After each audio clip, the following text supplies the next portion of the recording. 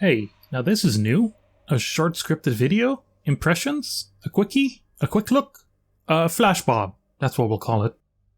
What can I say? I played this game on stream, and the very next morning I woke up compelled by dark forces to put my thoughts into a script and reuse my precious content. The X-Files, the show, was highly influential, is fondly remembered, stars two of the sexiest white people in history, and is, as a whole, not that good a show. Look, I own the DVD box set, okay? I've seen every episode multiple times, and this show just doesn't hold up.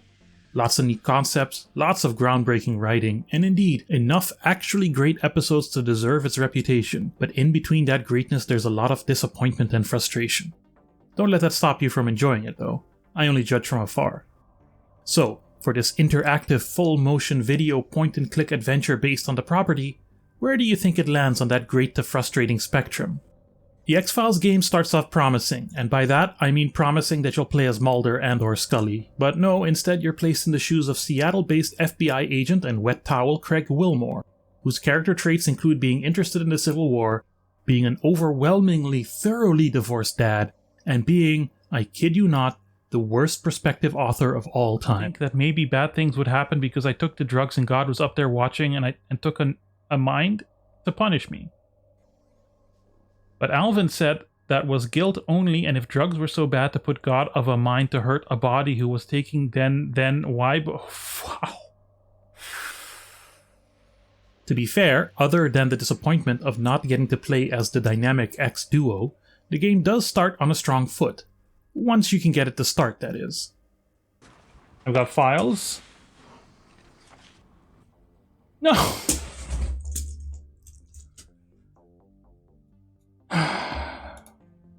These technical issues aren't really the fault of the game itself though, so I will just continue to blame a shadowy cabal of old white men pulling the strings from a smoky boardroom for everything in the world. But I wanted to believe, and I managed to get the game running without having to resort to playing the vastly inferior PlayStation version. It doesn't even let you type in your password over and over again to log into your FBI computer. Anyway, it's a point and click, but it starts off like a detective game. Collect the clues, interview witnesses, correlate data, find contradictions, use a virtual computer database. The kind of stuff that makes me tingle down below just a little bit. Then the game becomes more obviously linear and starts introducing bizarre, weird fail states and terrible combat segments.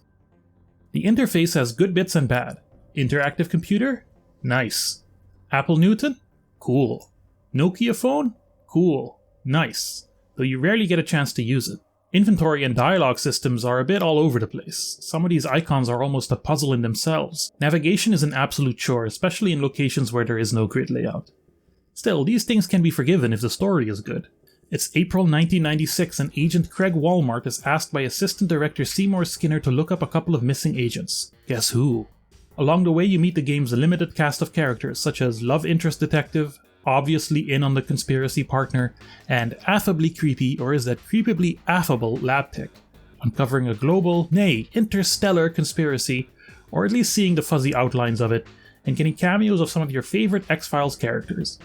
Eventually teaming up with Dana and Fox themselves to take down a black oil alien with remarkably little consequence for the almost literally earth-shattering facts that were uncovered. Ironically, the half of the game before you find Scully and Mulder is the best half, as you encounter some weirdos, find strange contradictory evidence, and slowly piece together what happened to our missing FBI agents. Then X contacts you and just tells you where to go, and both the story and the gameplay kinda fall apart. Shooting a bunch of dudes in a maze-like warehouse is an exercise in frustration, especially when you, the player, already know that this is all a red herring set up by your corrupt partner. But the main character is just kind of an emotionless sack of potatoes, and you just want to yell at him that it's obvious his partner planted a gun! For God's sakes, man! Fail states get weirder and weirder too. I get that they were trying to gate access to Scully through some kind of dialogue puzzle, but is it really so strange that some cops are investigating a Jane Doe related to the case without knowing exactly who she is? Why does the nurse call security for this? Why do I need to tell Scully this exact sequence of dialogue even though other options seem truthful and similar enough? Oh my god, how am I supposed to move through this environment with this navigation system, and why do I randomly get shot if I make the wrong choice?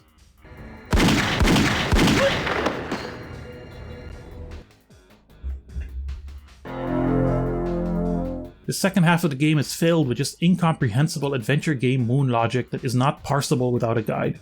because nothing in the game tells you what to do or where to go, and you're often just clicking on random interactables to see what works. Here's the wire cutters. Thankfully, the checkpointing is generous, and it is also the part of the game you get to see David Duchovny being somehow smoldering and aloof at the same time in that way that just makes you zone out for a bit. Oh, Roush. Yeah, he always did have a kinky streak. Look, writing an interesting pair to compete with Scalder and Molly is an unenviable task, so I don't blame the writers of the game for giving up on that entirely. Nevertheless, I wanted more from it. Some consistency, maybe. Some balance between the crap and the good.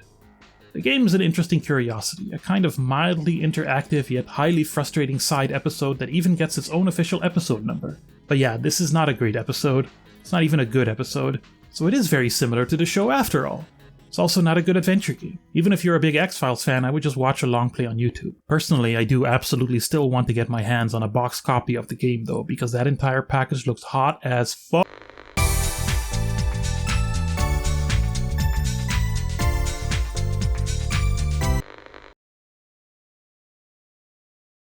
A cult classic, an underrated GameCube gem. Other terms for a thing that isn't super popular but over time is well regarded by people who look at more than the big hits. Look, I'm gonna start off by saying that I'm not that hot on Chibi-Robo. My whole shtick, my gimmick, my niche is to look at lesser or entirely unknown games and try to assess them for what they are. And by those standards, Chibi-Robo might actually be too popular. But my legions of fans were like, "Stream Chibi-Robo, Bob, it's cute and great." It very much is cute, but great? Subjective opinion, of course, not a statement of fact, but this is my video, so you might as well just consider it a statement of fact anyway. Don't be fooled by Chibi-Robo.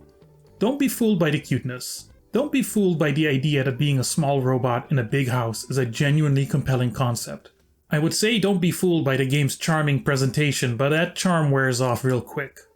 Slow and extended unskippable cutscenes and dialogue with very little content, an annoying floating little sidekick who follows you around everywhere and has something to say about everything, and just absolutely atrocious sound design make you real tired real quick. I'm not kidding about the sound design. There's a constant noise in this game that is a total assault on the senses. From Chibi-Robo's footsteps to the voices to the music, it is relentless and ceaseless and still haunts my nightmares.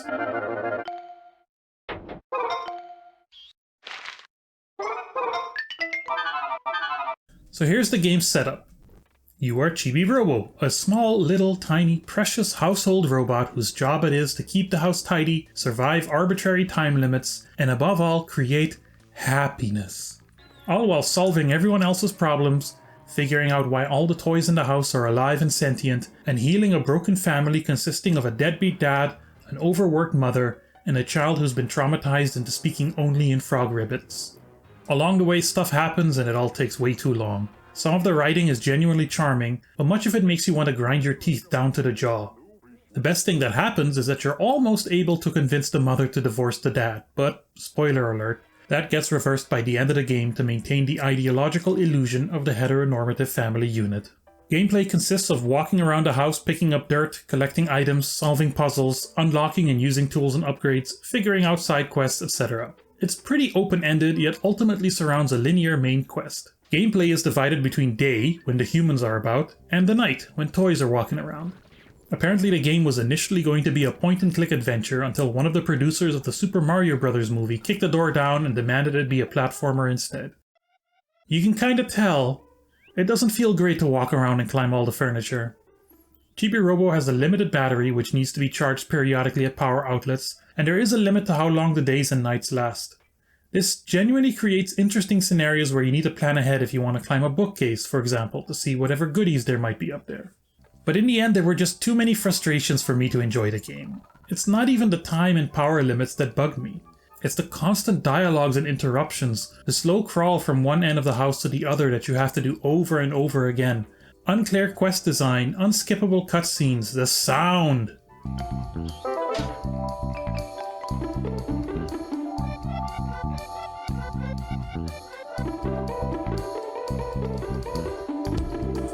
The charm that the game admittedly has isn't able to overcome all of this. Now, some of this is just old game stuff, weird little quality of life issues that have been solved 20 years later, and some of it is how different it is to stream games in the limited time I have. I can imagine this game being a lot less frustrating to an 11-year-old with an entire afternoon to kill on a lazy Saturday.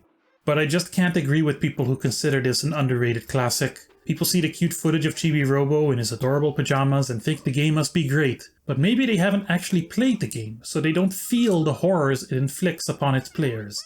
And then they overvalue it so much, eBay sellers are able to charge unholy amounts for physical copies. By all means, check out Chibi-Robo if you're curious, but don't say I didn't warn you.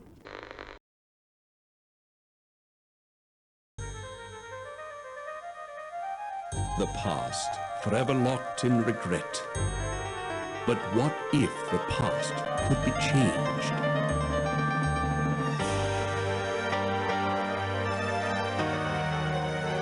Titanic Adventure Out of Time is a first-person, not quite FMV point-and-click adventure game which takes place on, wouldn't you know it, the Titanic.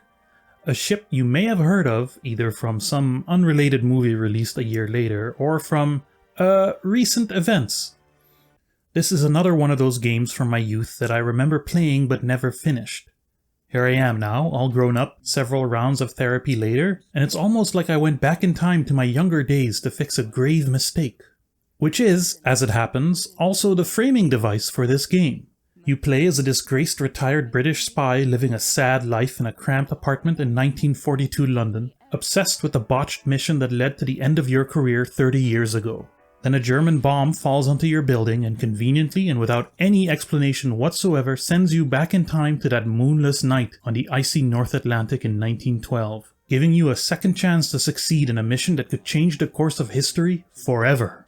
Titanic Adventure Out of Time uses pre-rendered backgrounds and plays in first person, but unlike the X-Files FMV game, navigation is intuitive and clear. A large amount of the ship is open for exploration, you're given a map of the ship, there's a helpful lift attendant who will give you directions to any location, and there's even fast travel. As a game, it is quite open-ended.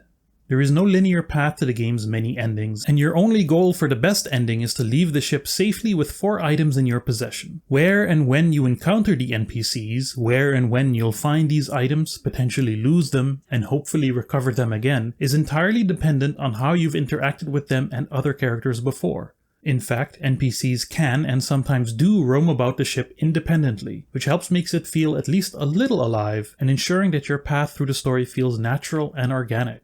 It also adds a lot of replay value, if that's your thing. The presentation of the game is terrific and charming as hell. The pre-rendered backgrounds are a bit dated and simplistic, but the characters and the way they're animated look better than any cutout FMV character of the era. If they ever remade this game and made the backgrounds real time, I'd hope they'd keep these characters exactly the same. The writing is great too. All the characters are distinct personalities with their own motivations and contributions to the greater plot. Whether it's love and hope for a new future, just being drunk and British and spreading rumors about everyone on the ship, orchestrating geopolitical shifts in preparation for a great war, or money, money, money, everyone has a reason to make this journey and has a role to play in the adventure. The negatives of the game aren't huge negatives, but worth mentioning nonetheless. The music can get a bit repetitive.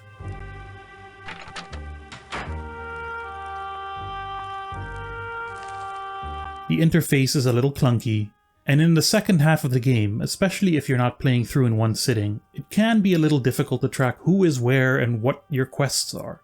This is definitely the kind of game that requires copious note-taking. Near the end of the game, after, spoiler alert, the iceberg hits the Titanic and it starts sinking, events start happening in real time as you race against the clock to bundle up all the quest items and safely depart the doomed ship. In principle, I'm not a fan of these kinds of time limit mechanics, suffering from enough time-related anxiety in real life already. Though I must say it does really add to the mood of panic and desperation, and it's pretty exciting scrambling around the sinking ship finishing off all the quest lines. The technological limitations of the game become very apparent though. You won't see any crowds, just small groups of random unnamed NPCs standing about without a care in the world while the boat is at a nearly 45-degree angle to the water. The worst ending is if you don't make it off at all, which may or may not have happened during my playthrough, suffering a deep, dark, icy death.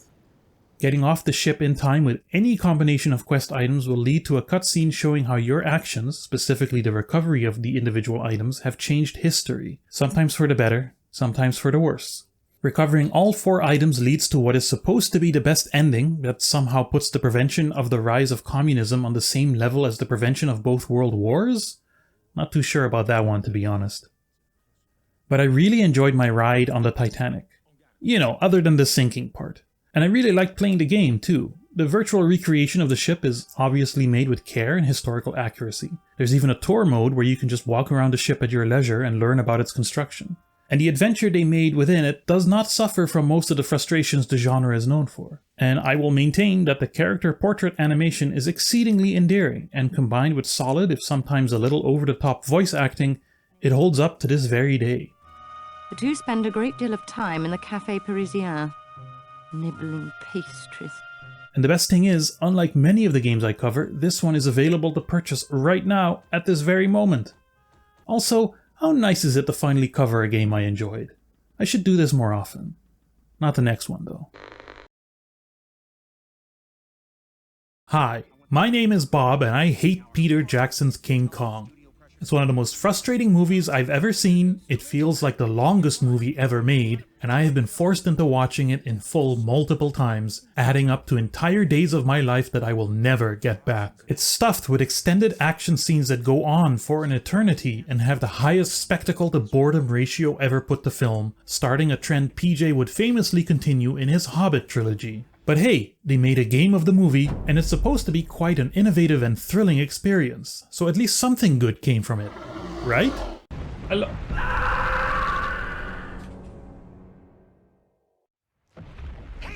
over here, there's light. This is another one of those games that some people look back at as a cult classic, and I'm just... Can I say that they're wrong? Am I just allowed to call their personal opinions entirely erroneous? I will certainly give people who look back at this game fondly some serious side-eye. Did you really like the game or just the idea of the game? Did you play it for more than 15 minutes? Are we talking about the same game here?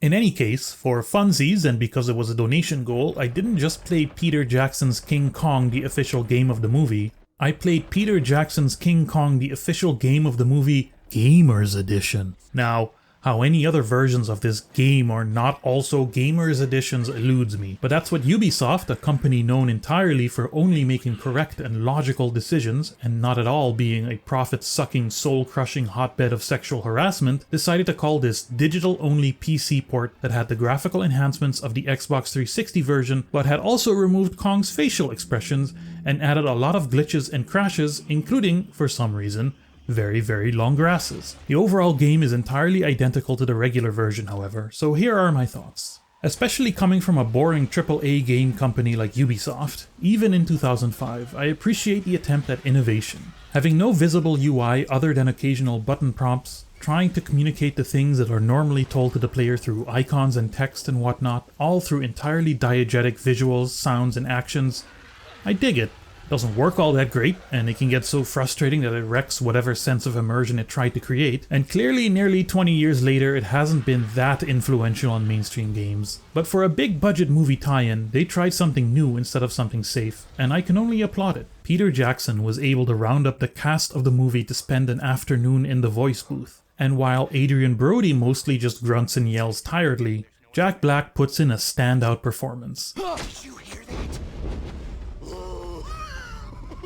And his arms! Did you see the size of his arms? I won't comment on the rest of the cast, but Jables is giving it 110%, and when, not if, he watches this video, I want to thank him from the bottom of my heart for being one of the few highlights of this accursed interactive video computer game. It's also kinda cool how you can distract creatures with the corpses of other monsters. It's one of the few things that makes the world feel alive and dynamic. Also, some of the set pieces do look dramatic and are impressive for when the game was released, at least the first time you see them. Would you look at the size of those legs? They're like tree trunks! And that's it for the pros! Now here's a non-comprehensive list of things that suck. First and foremost, the game is excruciatingly linear. Every now and then there might be a somewhat open arena where you have to run back and forth a little, usually to collect the same puzzle item over and over again. But 90% of the game is one long corridor disguised as an island jungle. And island jungle also describes almost all you will see. For as much biodiversity as Skull Island is supposed to have, the environments are extremely repetitive. It's the same jungle, ruins, cliffs, and rivers as far as the render distance will let you see, right up until the very final minutes of the game, and then only very, very briefly. As much as I praised the innovative elements a couple of paragraphs ago, having to hold a button to ready your gun is frustrating. You spend a lot of time holding 2 buttons to shoot your guns, and it leads to many situations where you're trying to shoot but you forget to ready your gun, so you think maybe you're out of ammo and now you're dead again, and worst of all, you have to play even more of the game! You barely get a choice of weapons too. You can only hold one at a time, but there's not much of a strategic element to it. By the time you find a crate with a new weapon, you will have long ago exhausted your ammunition on the current one. As a result, you spend more time in the game grabbing infinite bone spears and hiding from dinosaurs than you do defending yourself with your guns. Every now and then the game changes things up and you get to play as the king himself. These start off kinda interesting but get boring and repetitive real quick, and aside from the increasingly frustrating escalating battles with more and more dinosaurs and gargoyles, you're mostly just holding forward and pressing space to jump. These are the parts of the game that are supposed to be the most cinematic, but Kong can only wall run so much before my disbelief is no longer suspended. Also, there is so much yelling, screaming, shouting, hollering, constantly, at every moment from everyone. There's too many of them! And the worst part is, you can't even shoot your allies in the gut to get them to shut the hell up. I must confess though, at some point I was having kind of a good time hate playing the game. Oh, I'm dry! Good luck, Jack!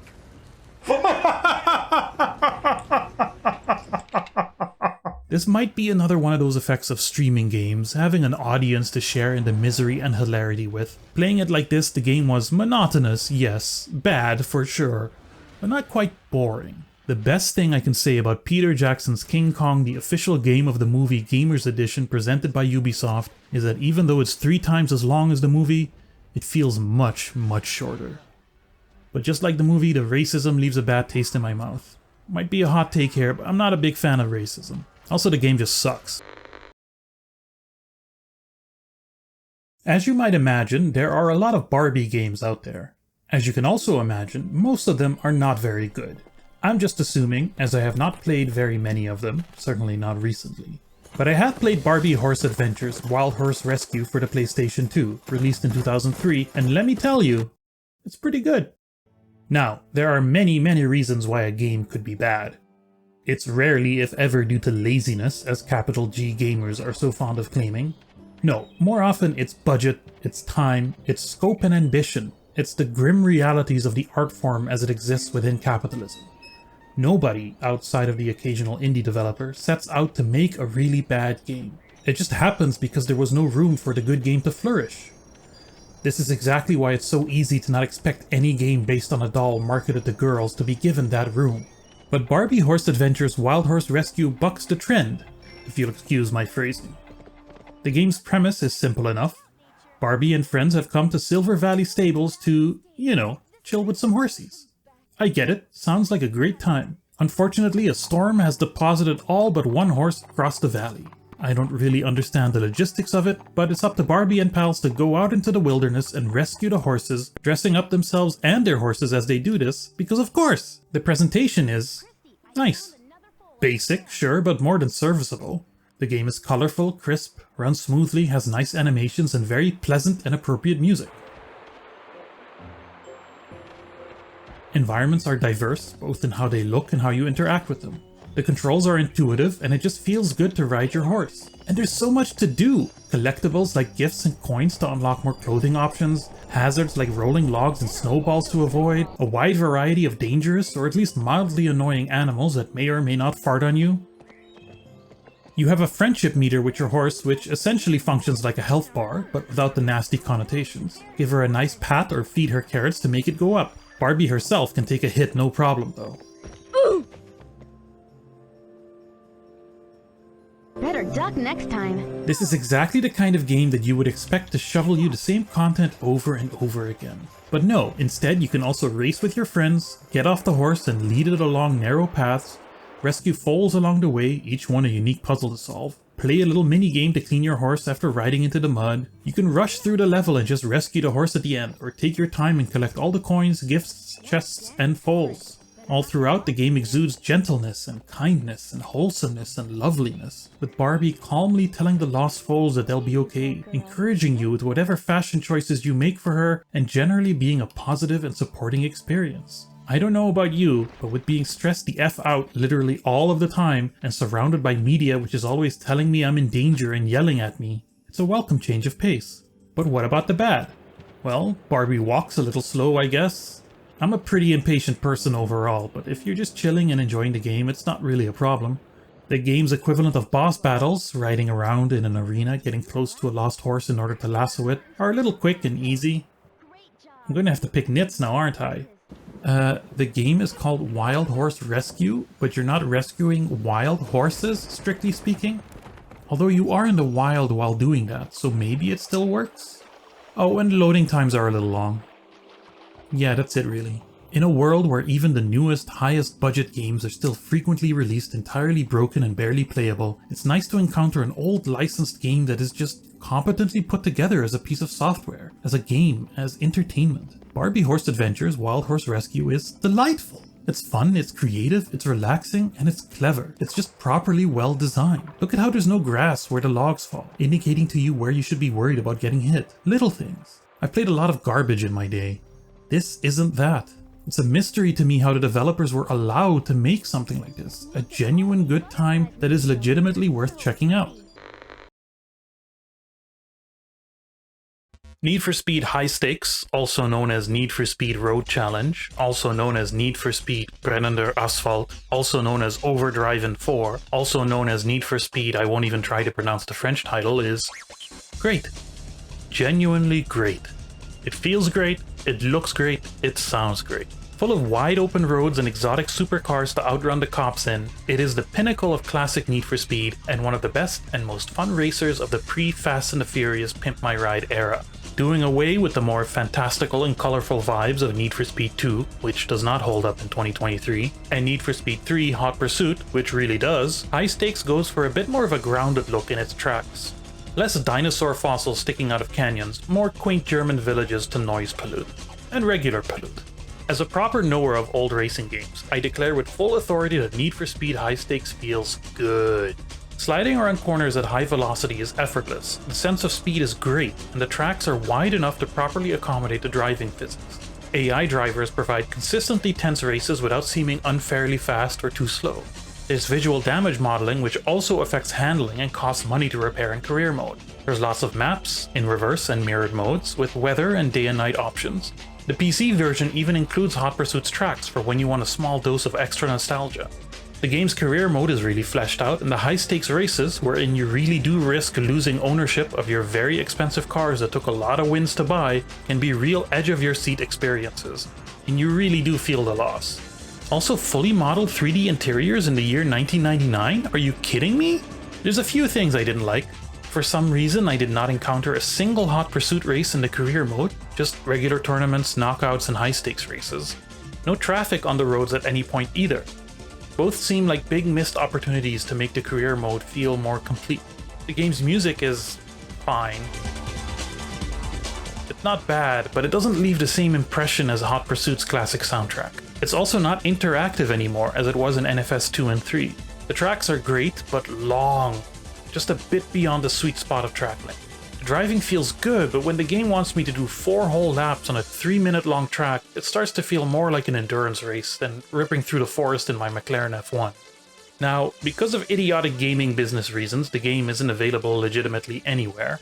I know where I find my abandonware, but you'll have to look for it yourself. Lucky for all of us, it has a dedicated community that has delivered patches and installers that make running it on modern PCs a breeze. There apparently is even functional online multiplayer if you happen to be blessed with equally nostalgic friends. If you have any good feelings or curiosity about this era of racing games, you should definitely play this. It's peak Need for Speed as far as I'm concerned. You're bound to have a blast, and also maybe cry a bit when you lose your expensive fully upgraded Corvette after an intense race with some dickhead in a Ferrari. Not that that happened to me, though. Within moments, I will have a suit that makes me completely invisible. I will use my chameleon suit to steal all the world's treasures. There will be nothing I can't steal. Nobody will be able to stop me. How do you judge a game like Secret Agent Barbie? It's obviously designed for children. I may technically fall within the 5 and up category, but I am, in all ways imaginable, too old. Secret Agent Barbie, regrettably, is not a hidden gem like Barbie Horse Adventures Wild Horse Rescue. I did not get the same kind of joy from this as I got from that. You should not play Secret Agent Barbie.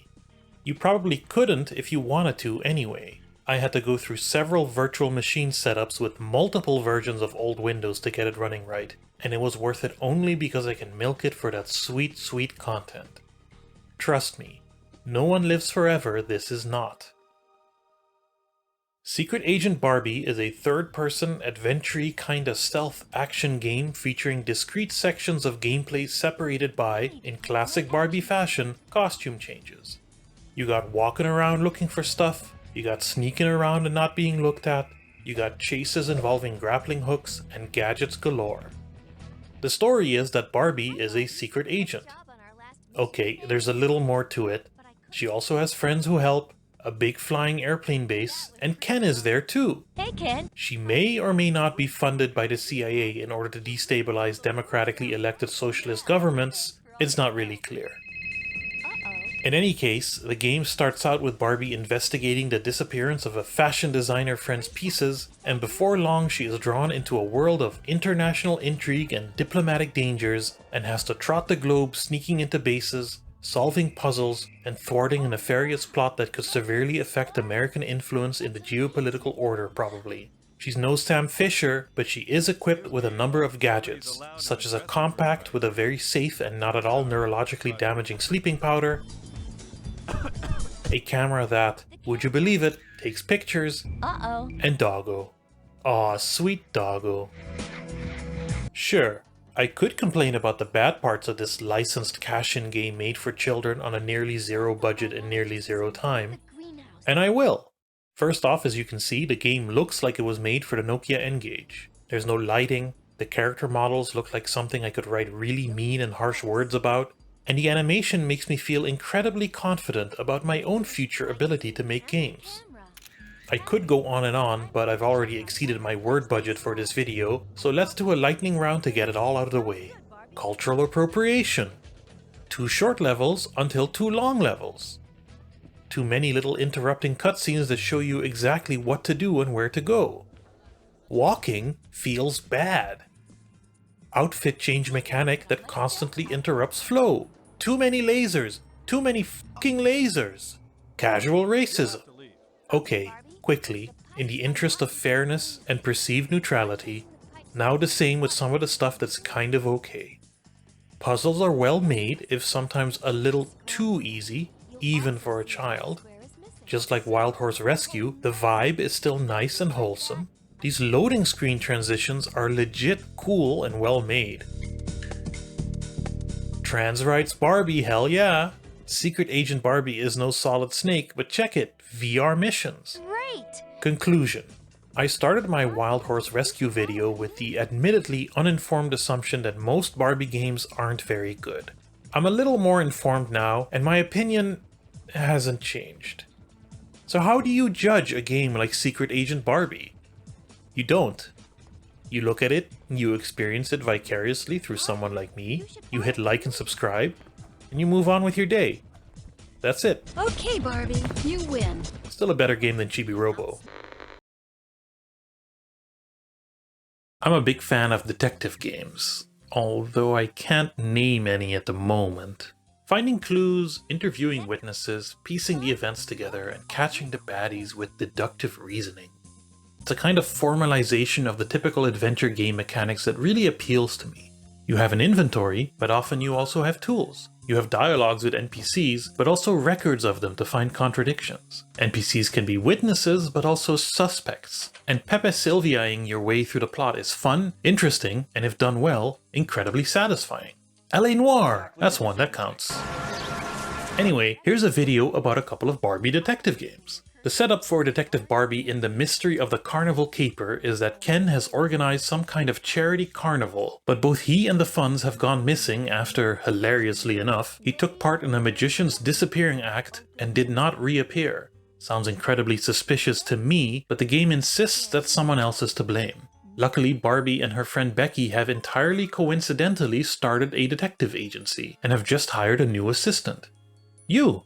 The game sure gives you a lot of names to choose from, but what matters is that it has Bobby! You're dropped into the game with a magnifying glass to spot foot and handprints, and a crime computer, trademark, to help you sort out and analyze clues, character interactions, and usable items. As you explore this painfully colorful carnival, you find evidence that should help you figure out who the culprit is among a selection of characters such as Shady Carnival Owner, Suspicious Maintenance Man, Almost Certainly Guilty Magician Lady, and Shady Carnival Owner's equally shady son. You can also go jet skiing and sliding for some reason.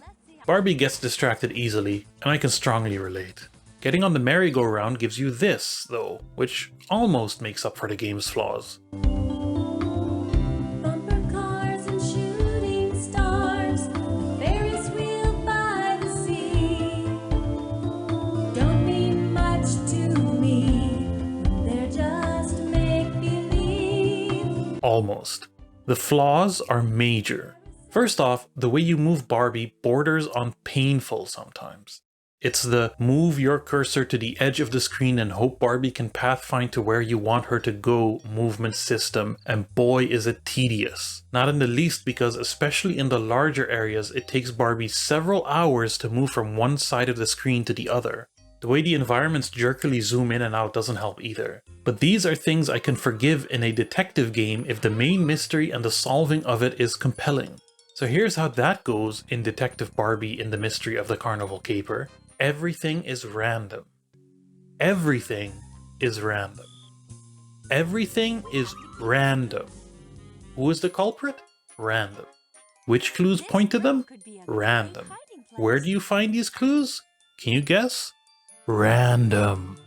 The game's cover alleges this is a benefit, giving it some kind of replayability or unpredictability, something that gives you entirely new adventures to play with within the same framework, but in reality it just means the game is completely and utterly directionless. There is no logic to anything, no real puzzles to solve, and there's so many places to click that lead to nothing at all. You're not unraveling a mystery, you're not connecting the dots. Even more so than most adventure games, you're just clicking the screen randomly and hoping it leads somewhere. At one point, I found a clue that explicitly pointed me to a specific location, only to find absolutely nothing there.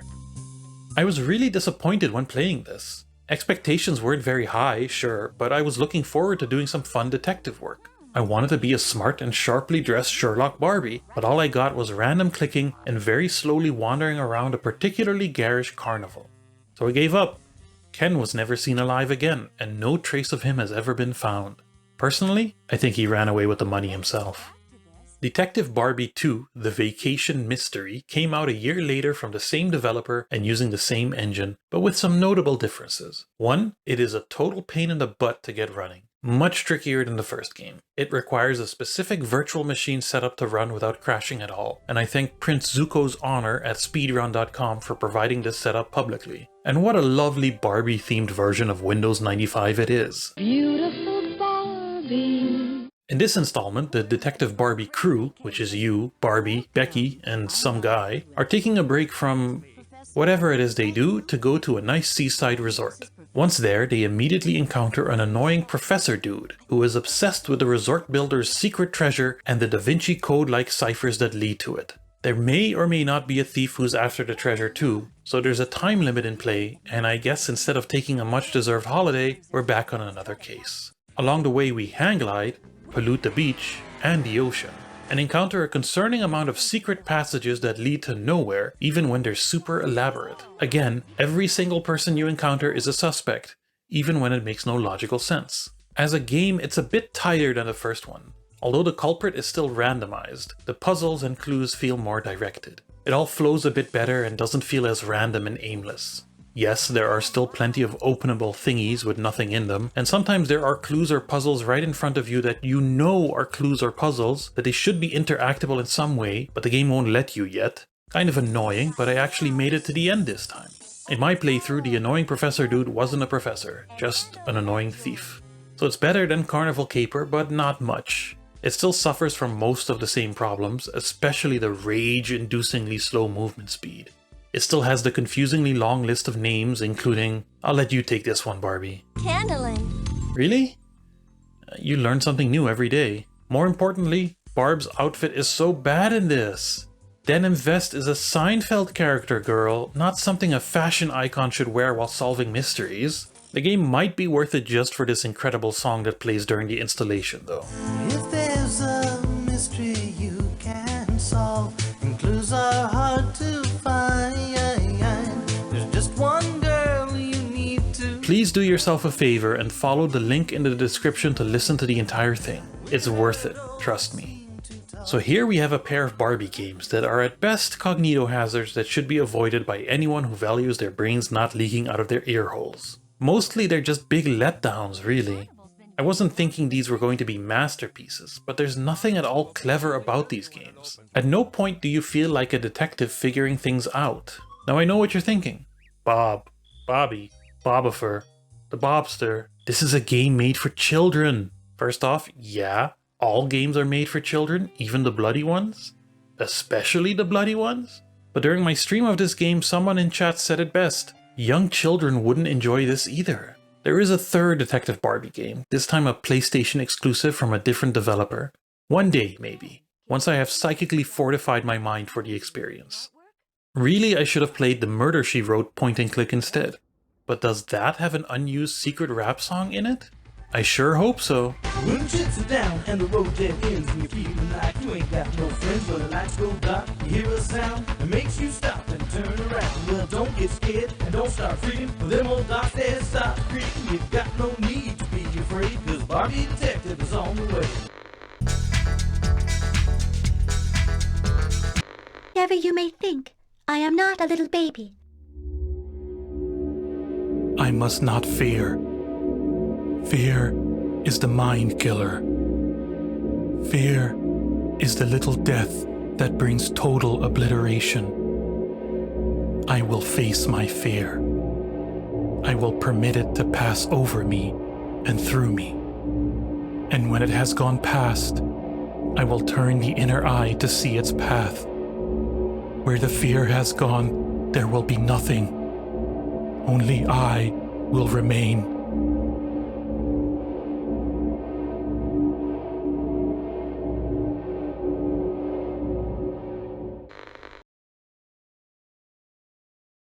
Running High is a Japan-exclusive PlayStation 1 on-foot racing game released in 1997, and it may have changed my life forever. Let's get this over with real quick.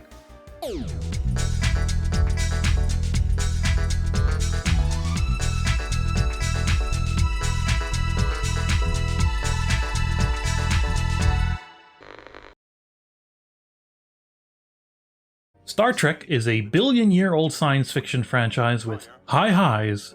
There is even a welcome to the fight party tonight in the wardroom. And low lows. You want to be remembered in history. Alongside the Wright brothers, Elon Musk, Zefram Cochrane. So many lows. As it is in the shows and movies, so it is in the games. Probably, I don't know. The only other Star Trek game I've ever played was some mobile garbage just to support a streamer friend. I played Star Trek Deep Space Nine The Fallen, shortened for convenience to students, for two reasons. One, even today, nearly 25 years after it has concluded, Deep Space Nine is the absolute pinnacle of what Star Trek can be. Two, it was developed by the same company that would eventually go on to make the Da Vinci Code game.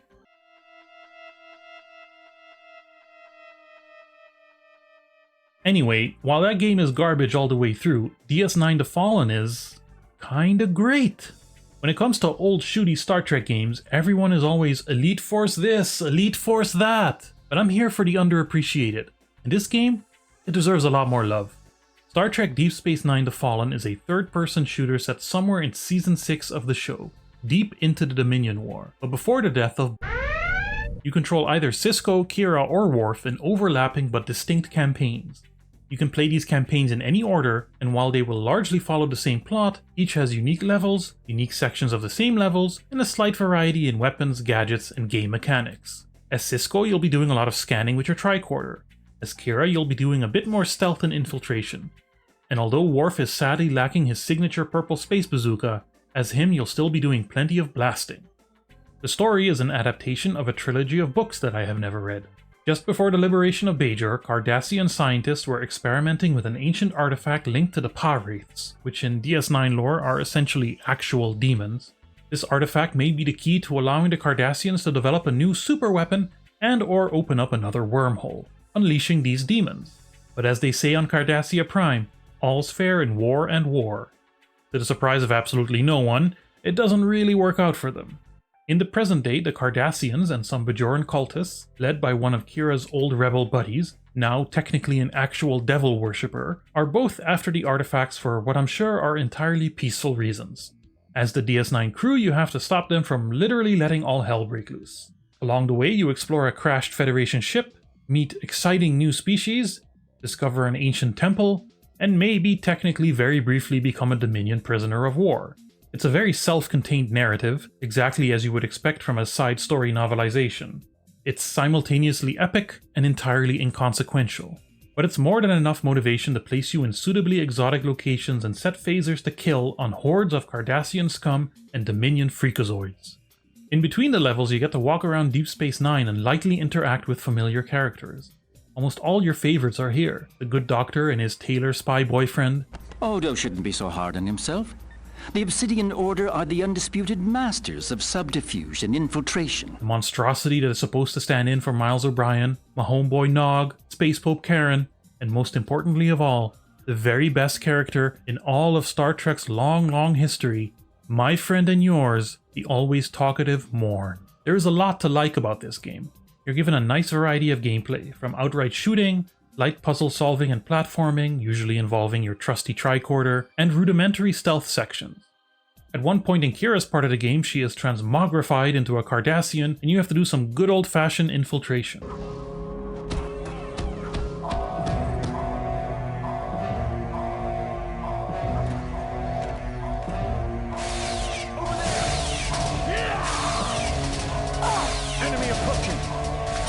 Some levels also give off a spooky horror vibe, accompanied by some legitimately creepy music.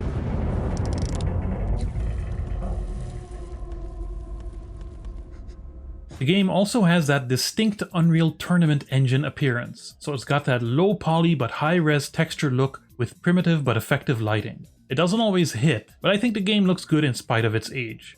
Also, just getting to bathe a bit in the Deep Space Nine vibes is lovely. Letting you explore the Zocalo is... Now you can go to hell! Letting you explore the Promenade is a wonderful little addition. You can get some mission updates and data, sure, but it exists mostly for atmosphere. And although the interactions are extremely shallow, they give the game a nice little extra... it's cool! Also cool is how Star Trek's signature gadgets are integrated into the gameplay. Not just the LCARS inspired menus, but being able to ring up the crew on your comm badge to get tips or reminders of your mission objectives. Your tricorder is a very important tool in this game. You'll need it to decrypt the frequencies of shielded enemies, or just shields, and then assign your phaser that frequency to take care of the problems, if you know what I mean. It also functions as a 3D map and hostile scanner because it's a video game. But it's neat how well a multifunctional narrative device is integrated into the game as a multifunctional actual device. And finally, as you would hope, most of the show's cast has returned to voice their characters. Nana Visitor is Kira. I find Obanik's religious beliefs abhorrent, but I know that part of him is still the sincere, compassionate man I remember. He has to be. Michael Dorn is Worf. If all else fails, the sorium charges I am going to place throughout the facility will terminate Terrell's experiments. Renee Auberjonois is Odo. It surprises me that the Cardassians would send Carnelian Circle specialists to retrieve the bodies of 2 low-ranking soldiers. And so on for Garrick, Bashir, Dax, and Quark. I'd like to lodge a formal complaint regarding station security. For the cast to reunite like this after the show ended gives the game a nice sense of authenticity and familiarity. But, as I just said, it's only most of the cast, which leads us into the not-so-good. The omissions in the cast are few but pretty glaring. Our favorite Union man Miles was not just butchered in whatever excuse for a face this is, but also in this pathetic attempt at his luscious Irish accent. I can't imagine what the poor kid went through when he opened that access panel, and 2 Cardassian corpses jumped out at him. That can be forgiven, because at least there was an attempt, even if the attempt seems to have suffered from a terrible transporter accident. No, the real sin concerns hero war criminal Benjamin Sisko. Avery Brooks, thespian that he is, could not be convinced to lend his dulcet tones to a mere video game.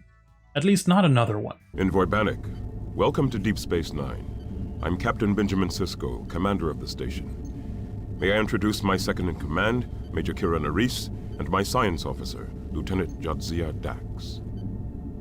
Sisko is instead voiced by veteran voice actor Kevin Michael Richardson, which would be absolutely fine if he had not chosen or been directed to not imitate Avery Brooks even a little bit, but instead played a character as veteran voice actor Kevin Michael Richardson. Starfleet Command has received reports of anomalous subspace disturbances around Haas Terral.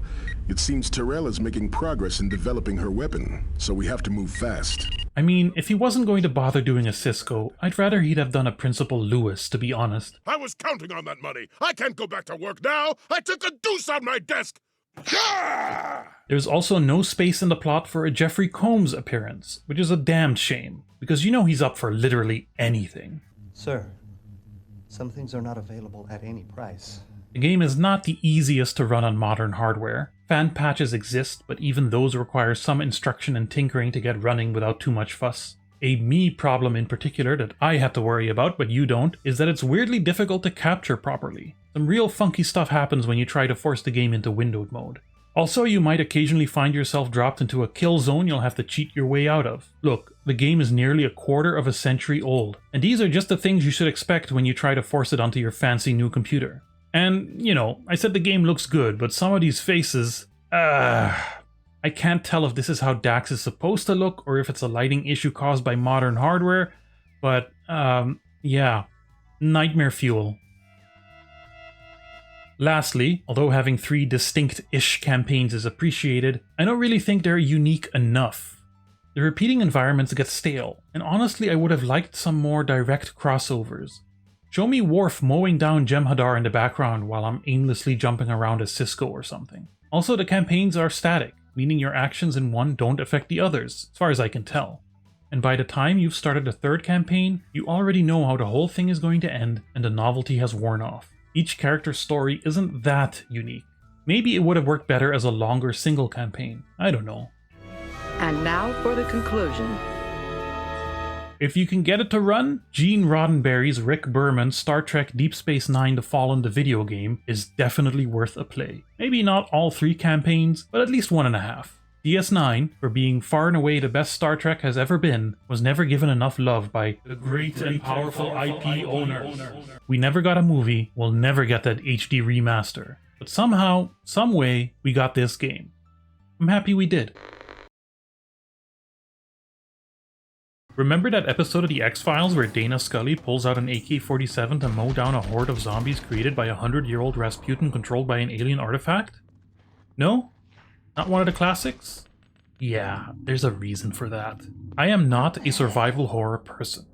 Too spooky, too scary, too itchy tasty. When I got the Resident Evil remake for the GameCube as a little kiddo, I had my big brother play through it as I watched and gave out useless tips from the sidelines. My poor little heart just couldn't take it. I am, however, an X-Files person. Aliens? Of course. Inbred cannibal families? Hell yeah. A weird grey butthole-mouth manworm that lives in portable toilets? That's my fetish. Even though I spent half of my video on the X-Files FMV game bashing the show for being mostly crap, I do actually like it. Won't be the last bad TV show that I forced myself to suffer through. That's just one of those funny and painful life things. So how does the X-Files Resist or Serve rank in the pantheon of X-Files media? Well, there's lots of stuff at the bottom of that barrel, and this game swims comfortably among them. In short, it's a disappointing waste of time, even if you come in with low expectations. In long, where do I begin? First off, the camera angles in the game make me wish for tank controls. You know how bad a game has to be to make you wish for tank controls? The story is unfocused, recycling a bunch of X-Files tropes like vague conspiracies, evil pharmaceutical companies, and unimaginatively shoving the Tunguska event into the overall mythos, all while adding in a dump truck full of zombies, because this is a video game and it just needs a whole lot of inappropriate combat in between terrible puzzles. Really, half of the puzzles boil down to, need item to progress. Oh, here's the item just hanging out in a corner of the same room. The game doesn't even lean into the survival horror tropes well. You don't have a limited inventory, ammo and health are plentiful as are save spots, and the enemies rarely pose a challenge. This game oozes low budget. Sure, David and Gillian are here, as are some of the other X-Files regulars. I can't imagine the lone gunmen, fan-favorite 9/11 predictors as they are, were a very large chunk of the budget. But the animations are terrible across the board, from facial to walk cycles to whatever this is. Mulder made contact. He didn't have the reaction we expected. Just the opposite. I don't think Mulder's gonna make it. The music is by series composer Mark Snow, which means just like the show, the only good song is the X-Files theme, and literally everything else is tonally inappropriate at best. So what about the good then? Hey, look, you actually get to play as either Mulder or Scully, and their campaigns are a little bit different. As I mentioned, the show's cast is present, and they sometimes even seem enthused about it. A well-funded program gets a grade A cover-up. I'd look for the union label on this one. And as Scully, you get to do autopsies, which is a mechanic that immediately adds a full point to any game. So at the very least, we've got a 1 out of 10 here. The detailed inspection models are detailed indeed, and this is one of those small things I really appreciate. And finally, there's lots of behind-the-scenes extras you get to unlock if that's what you're into. Makes it feel a little bit less like the cheap cash-in it actually is. That's it. That's all of the good. I'm now going to make 2 comparisons here. First, the obvious, to the X-Files FMV game. Yeah, it's not great, has got lots of problems. But it's ambitious. It tries something. It fails real hard, mostly by having its protagonist be the most boring man in the history of fiction instead of these two, and having just god-awful navigation. But the attempt is appreciated. Resist or Serve doesn't try anything. It's a poor pastiche of Resident Evil and Silent Hill, stubbornly refusing to be the traditional brainy and spooky slow burn adventure game it should have been. Also, you don't have to kill a bunch of dogs and cats in the FMV game, so that wins by default.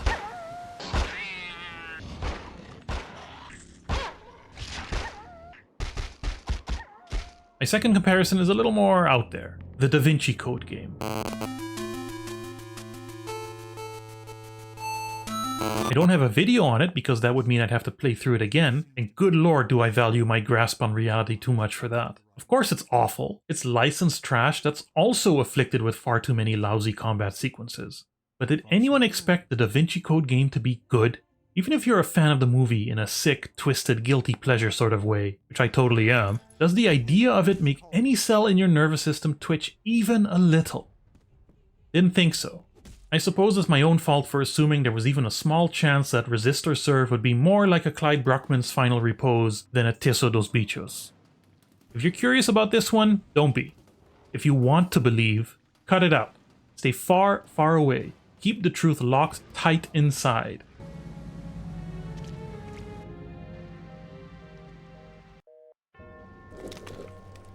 I'm a federal agent. I want you to step away from the bed and show me your hands.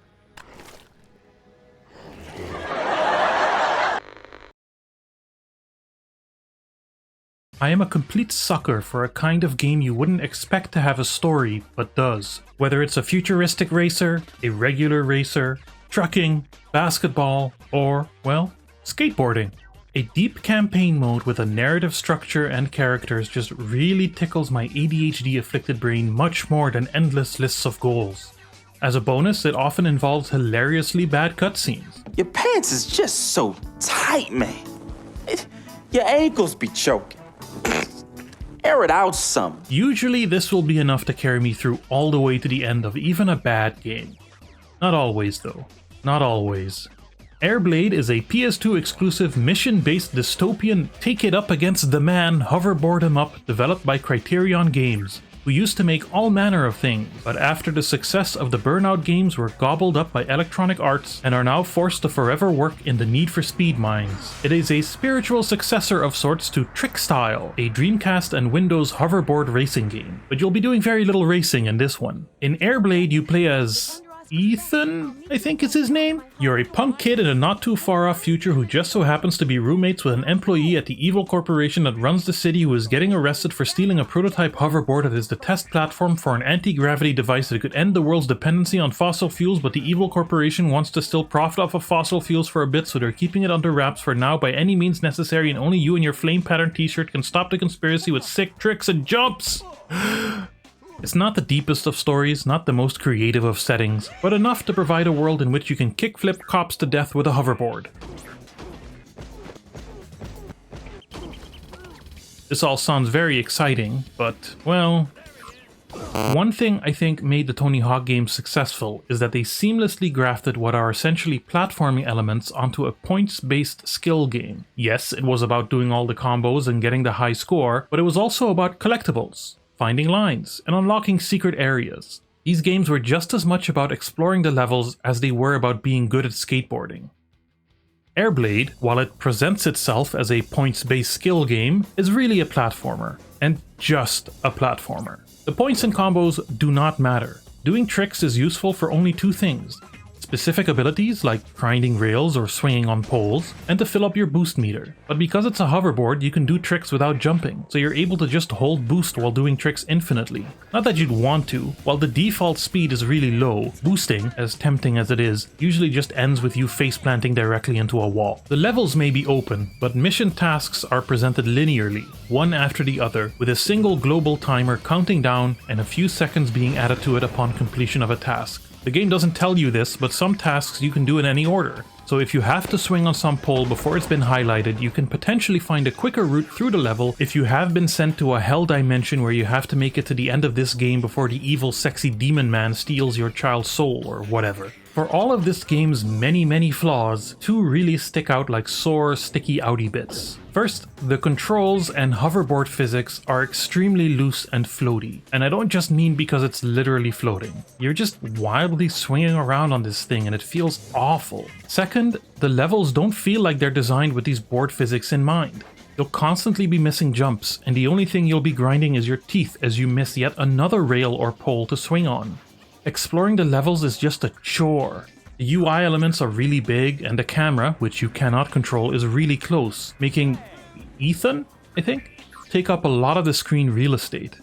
You always have an arrow pointing to your next objective, and this, along with the time limit, means you have no incentive to explore the level meaningfully. Can you just go into freestyle mode and explore the levels that way? Yeah. But why? The game feels bad to play. In the story mode, the game does a poor job of showing you how you're supposed to do what you're supposed to do, and the timer is ticking down all the while. I had to resort to a guide to figure out how to grind this satellite dish. Presentation-wise, the game is brown and boring, the soundtrack is mostly generic repeating loops, and the sound effects are grating, especially when you're grinding.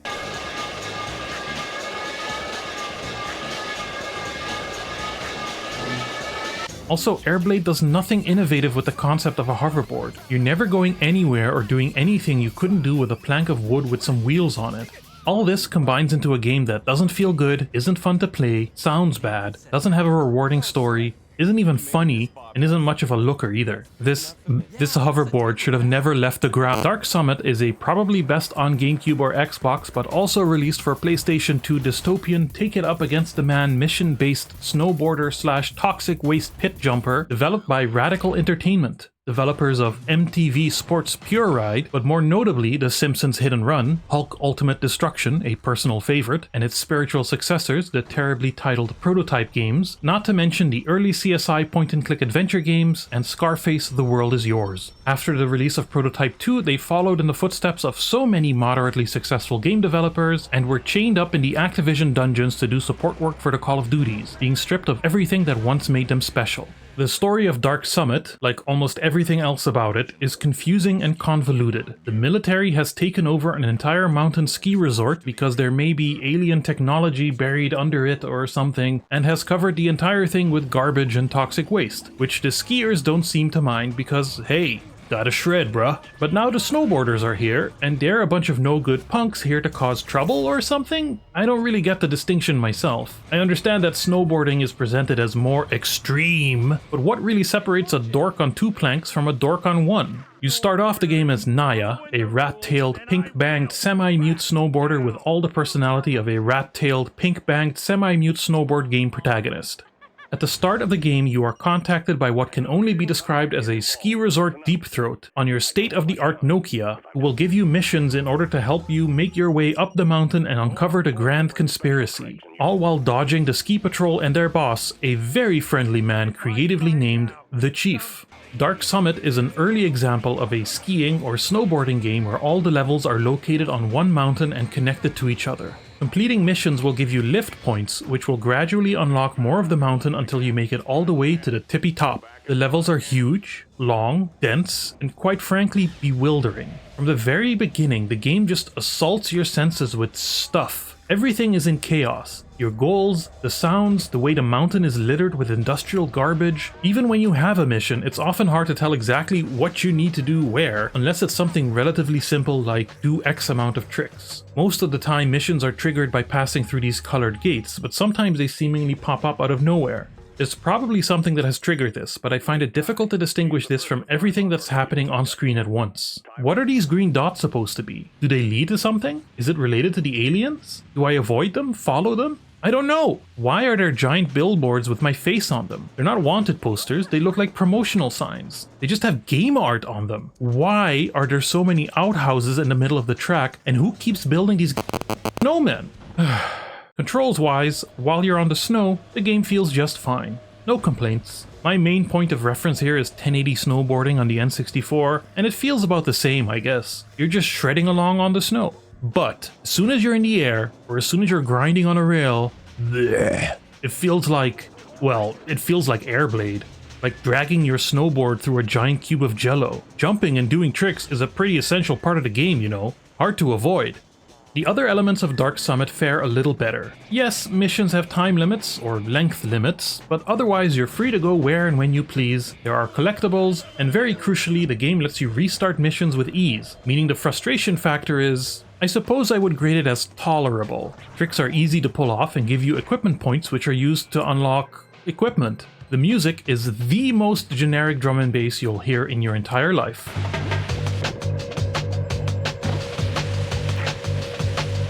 Sound effects are a bit grating, collectibles bleep a lot, there's constant chatter from the chief and the ski patrol, and every single NPC you encounter on the slopes has something to say. Although that is entirely forgiven in one specific instance. The game's entire presentation is just so chaotic. The levels look like they were designed by a toddler with nothing more than a box of crayons. The menus look like they were designed by a teenager with a pirated copy of Photoshop 6.0. But above all, Dark Summit just does not know if it wants to be edgy or goofy. These are two very different vibes, and the way they're mixed just makes for a really bizarre tone. Maybe if the main character was more of an outsider who was also new to this strange mountain, it would feel like it was more intentional. But at the very least, the cutscenes are hilarious. You ruined my new suit. Boo-hoo. Stop picking on my little brother! Angry sister alert! Get out of there! Ow! Both of these games are kind of trying to do the same thing. They take popular boarding genres of the time and use a weird setting and story mode to set themselves apart from the reigning champs, namely Tony Hawk and SSX. Maybe it would have worked if the underlying games were any good, although even then, the setting in AirBlade is still very video gamey in the most derogatory of ways, and I don't know if I'll ever be able to unravel what Dark Summit was trying to do.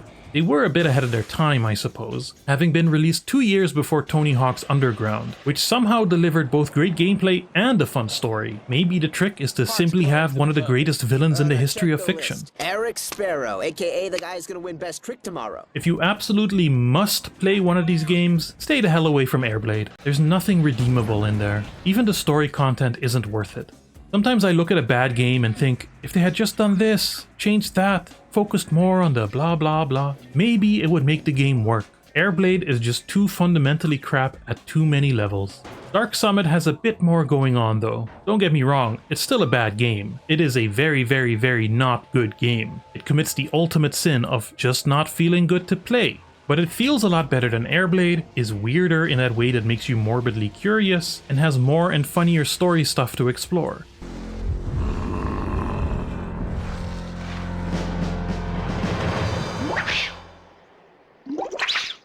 You're still better off looking up all the cutscenes on YouTube though. I was told by reputable sources that Barbie Horse Adventures Riding Camp was the superior Barbie Horse Adventures game. Then again, those same sources told me that Wild Horse Rescue was one of the worst games ever made, which is the most untrue statement ever uttered in history until a certain fragile billionaire claimed he didn't care about being liked. You know who I'm talking about. All of them. In Riding Camp, Barbie and friend have just arrived at, well, a riding camp. And just like in Wild Horse Rescue, a suspiciously well-timed storm has ravaged the ranch, and it's up to Barbie to live the life of an open-world video game protagonist, do boring errands for other people. That's right, this game is open world. The island of Equestria is open to explore, and among its haphazardly drawn height map, you'll find a bunch of wrecked stuff that only one unpaid young girl who came here to ride horses can fix, while the actual ranch employees just stand there and tell you to do stuff. Also, random collectibles. Collectibles that are supposed to give you cold hard cash, or horse coins or whatever, with which you can unlock clothing. Now, more outfits in a Barbie game is something I would normally applaud, but I was able to assemble the perfect outfit very early on in the game, so collecting more apples and gems felt unnecessary. It feels like they're randomly spread across the map anyway. Speaking of the map, an open world game is only as good as its map, and this one is bland. It doesn't feel designed. No area looks different from the other, it's all very blurry and ugly, and your interaction with the world consists almost entirely of getting to place and hitting X. Sure, other than hills and forests, there's beach, there's waterfall, there's... Nope, that's it. It's all the same blob with 3 blended textures and randomly placed trees, as far as the horizon stretches. What doesn't help is that the controls aren't very good. I played the PS2 version, but it's an obvious Wii port. There's no camera control because the Wii only had one analog stick. You control the horse's speed with the shoulder buttons in discrete steps because the Wii version required you to waggle in order to simulate whipping the horse. The jumping feels laggy and bad. There's a distinct placeholdery feel to everything. The menus feel clunky and unfinished. When you get into a situation where you would expect to fall off the horse, you get reset automatically, which is fine, but instead of having some kind of animation or cutscene, you just get this. Close call. There is, as far as I could tell, a single song in the entire game, which only plays during race sections, and it has the distinct feel of something they found on the cutting room floor of a straight-to-DVD Barbie animated film.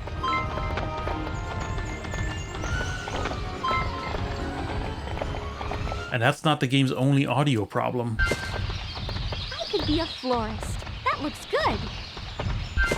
I could be a florist. That looks good. I could be a florist. That looks good. Is there anything good? Of course! The game has a day-night cycle, although you're automatically recalled to the ranch when night hits. Barbie, it's late and time for the campers to get back to the stables. I'm coming to pick you up. Also, it lets you skip dialogues with NPCs, so again, here we have another game superior to Chibi-Robo. Honestly, nothing about the game is overtly terrible. I know terrible. Terrible is a good friend of mine. The game commits one of the worst sins of all. It's just bland. It's boring. Open world Barbie horsing sounds like a winning formula to me, especially after playing Wild Horse Rescue. In fact, I played a bit of Wild Horse Rescue after streaming Riding Camp. That game is a real hidden gem. Remember kids, say no to Riding Camp, say yes to Wild Horse Rescue. There are whispers of a third Barbie Horse Adventures game, which is actually the first Barbie Horse Adventures game, of the 3D ones at least. It's PC only. Maybe one day I'll check that out too, but it has a high bar to clear. Eggs of Steel, Charlie's Eggcelent Adventure, released in Japan as Hello Charlie, is a semi-2D PlayStation exclusive puzzle platformer starring a sentient egg developed by the people who made Babe the Pig talk and gave polar bears diabetes. No, I'm not joking. It is also a deranged and entirely unhinged trip that I will retroactively blame for all the evils of the world. This is on you, Charlie. This is all on you.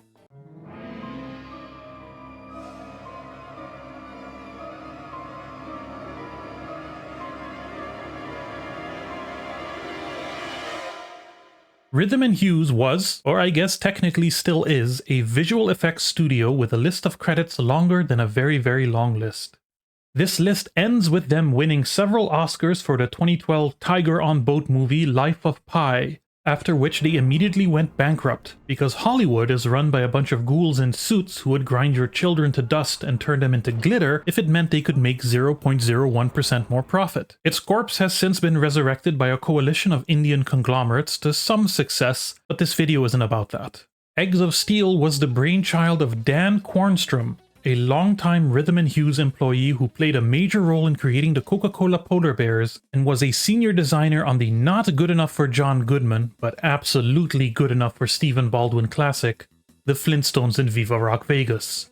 He has obvious talent, and yet, in 1998, had an idea that he just couldn't shake. Let's make a game. It is a thought that has cursed many. I don't know the man, I've never met him and almost certainly never will, but in this interview where he shares some insight into the game's creation, he states, and I quote this literally and with no alteration whatsoever, that he had kind of come up with this idea of an egg in a steel mill and it just seemed like a marriage made in heaven. An egg in a steel mill. A marriage made in heaven. I don't even know where to start, but it makes sense to me that someone who could say these words out loud without bursting into flames would end up making a game like this.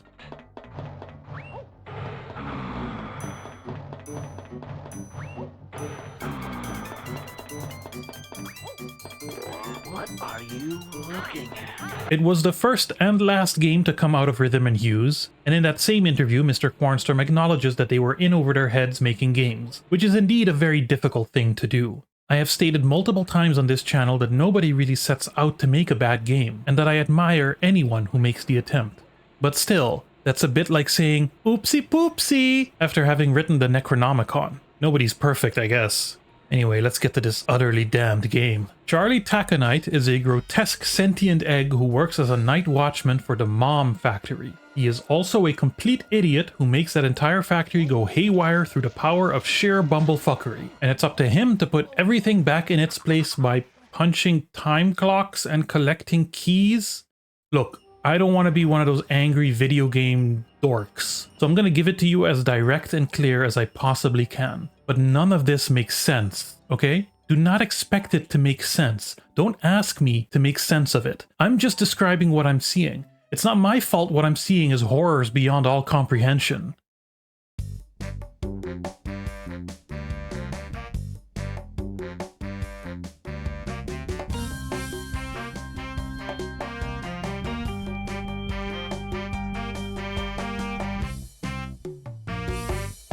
On his quest to shut down the factory, Charlie encounters the typical industrial video game hazards, such as collapsing walkways, rampant robots, and, pooping birds, all while being tormented by a monstrous evil egg named Blast Furnace Bill, who may be the vengeful ghost of someone killed by Charlie's recklessness. Truly the hero this world deserves. Gameplay! It's like a weird puzzle platformer. You walk around in this awkward perspective, awkwardly control the Eggman, do awkward jumps, swing your wrench awkwardly to attack enemies or flip switches, awkwardly throw projectiles, and very, very gracefully roll around at the speed of sound. The world is kind of open in the sense that there is a map with fast travel and you sort of work your way through branches of the level screen by screen until you hit a final puzzle, challenge, or boss fight and get sent back to that section's central area, working your way across the factory bit by bit. The levels are divided into screens composed of pre-rendered backgrounds and the occasional moving 3D element. As Charlie, you not only have to watch your health, but also your heat. There are plentiful fans spread throughout the facility to help you cool down, so it's a mechanic that rarely affects how you play. Collect coins and more lives, buckets full of bolts, temporary power-ups to your wrench, and stumble your way through the world until you give up. That's the basic loop of the game. So what's good about it? Well, it's not too difficult. The game gives you plenty of checkpoints and extra lives. Every now and then you encounter a section that feels like it had some thought put into it, some idea of how it was supposed to function. Yeah.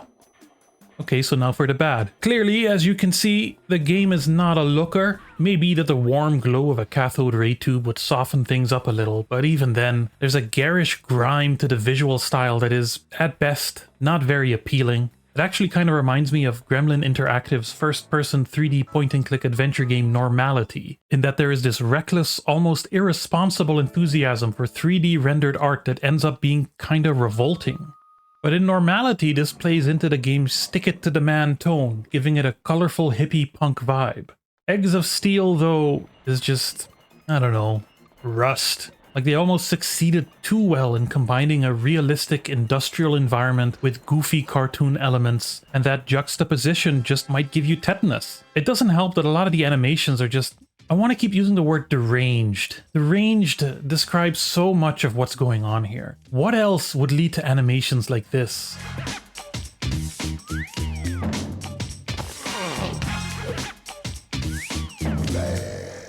These are animations even the grimiest, smelliest, most cigarette smoke-filled bowling alley would reject. Even if the underlying game was great, the visual presentation is just so repugnant, especially coming from a visual effects studio. Of course, the underlying game isn't great. Why? It's not even good. First off, the perspective is all messed up. The use of pre-rendered backgrounds with scaled character sprites means it's often hard to tell where Charlie is, and so you misjudge jumps and enemy locations all the time, which is compounded by the fact that moving and jumping just doesn't feel good at all. Half the puzzle is figuring out what is a walkable platform and what is decoration, where you can fall off and where not. When moving from one screen to the next, you're often repositioned in ways that are frustrating, to say the least. The boss fights almost always come with instructions, which shows you that the designers also lacked confidence in what they made. Don't need to do that if your game communicates how you're supposed to interact with it. And the few times the game did make me go in blind, boy did I wish it didn't. Boy. And there's lots of weird little things, like these paper planes that offer tips or bits of lore. They fly in circles and you need to catch them for some reason. A minor frustration on its own, but together with everything else, it's just... Also, the sound is as ugly as the rest of the presentation.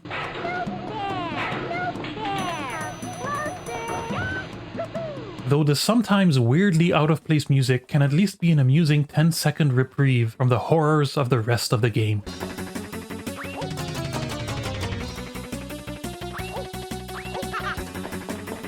Eggs of Steel comes across as exactly what it is. Babby's first game.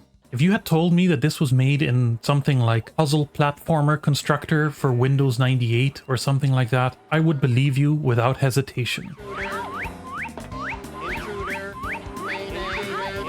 There are many things that are astounding about this game.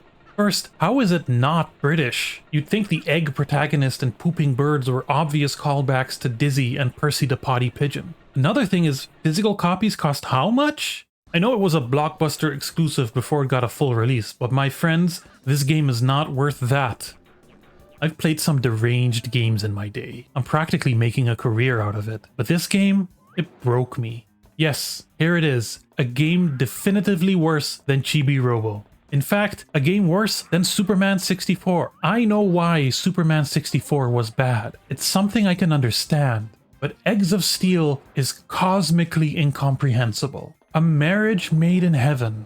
An egg in a steel mill. I try to make it to the end of every game I stream, but I couldn't get there with this one. I just couldn't. I had to give up. It would have cracked my psyche like, well, like...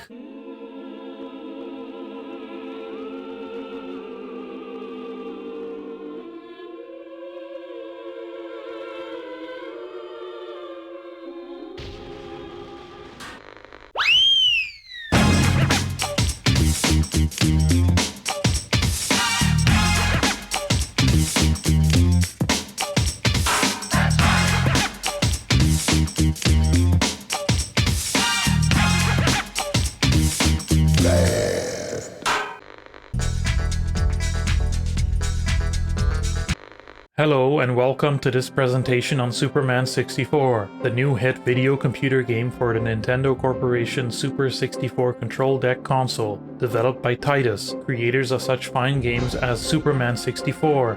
In this interactive video software device, you take control of the one and only Superman, also known as Clark Kent, also known as Kal-El, also known as the Man of Steel trademark, as based on the hit Nickelodeon animated series Superman the Nickelodeon Animated Series.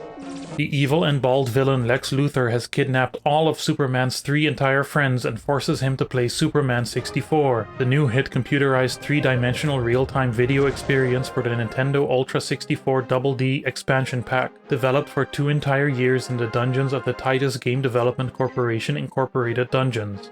Fly as Superman 64 through the sky, featuring rings and fog. Walk as Superman 64 on the ground, featuring textures and skateboarders. Fight as Superman 64 with vicious enemies such as evil baddies and Weird Lady and Not Brainiac, featuring animations and sometimes sound.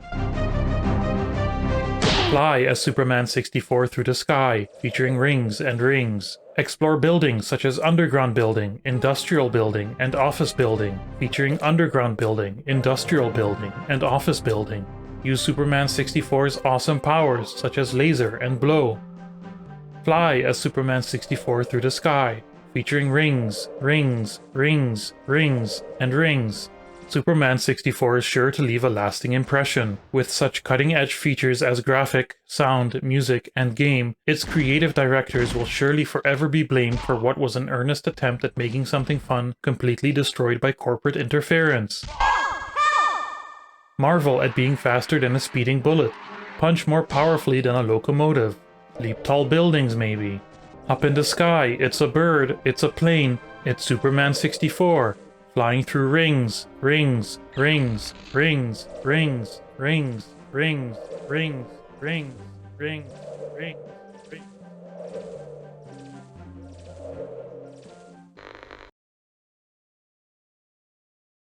The Mummy Returns is easily the second best of the Brendan Fraser Mummy trilogy. It has a rushed, messy script, the visual effects were rendered on a particularly weak potato, and at least one scene is a huge ripoff of the Lost World Jurassic Park. But it is an otherwise enjoyable, if culturally problematic, action romp with a charming main cast, and it could make for a great video game adaptation. Ancient tombs and temples, trains and car chases, supernatural baddies. The movie already looks like a PS2 game, so how could it miss? Well, it misses pretty hard. But it misses in a way that I find kind of fascinating. There was an attempt here to make something, anything, with breathtakingly few resources. This is not your ordinary licensed cash grab, and I'm gonna tell you why. The Mummy Returns the video game was released in 2001, developed by Blitz Games, renowned peddlers of licensed garbage, but also the creators of Barbie Horse Adventures Wild Horse Rescue, a delightful and genuinely great game that I love. I'm gonna have to check out more of their games, because there's a non-zero chance I'll fall in love with one of their other productions. It's unlikely to be Bad Boys Miami Takedown though. Who needs accuracy when you got a scattergunner? That's it. I am totally leaving the country. Anyway, back to The Mummy Returns, a standard third-person action game in which you kill baddies and traverse across levels that are very, very rough approximations of scenes from the movie. You get to play as either the unusually handsome, reformed criminal swashbuckler and chosen by fate to be the protagonist Rick O'Connell, as he attempts to rescue his little shit kid from the clutches of some kind of mummy. Or you get to play as said mummy, the re-resurrected, betrayed the pharaoh because his legs are too short and his torso too long Imhotep on his quest to gain the powers of the Scorpion King, control the armies of Anubis, and subjugate the entire world under the law of the loincloth. Whoever you choose, you'll be exploring a tomb or two, shedding lots of blood in the British Museum, mowing down baddies in the streets of Cairo, which bears a striking resemblance to another Barbie game, and of course do a little bit of crawling through a jungle and finally a temple to confront what may as well be the actual movie 3D model of Dwayne "The Rock" Johnson's Scorpion Centaur.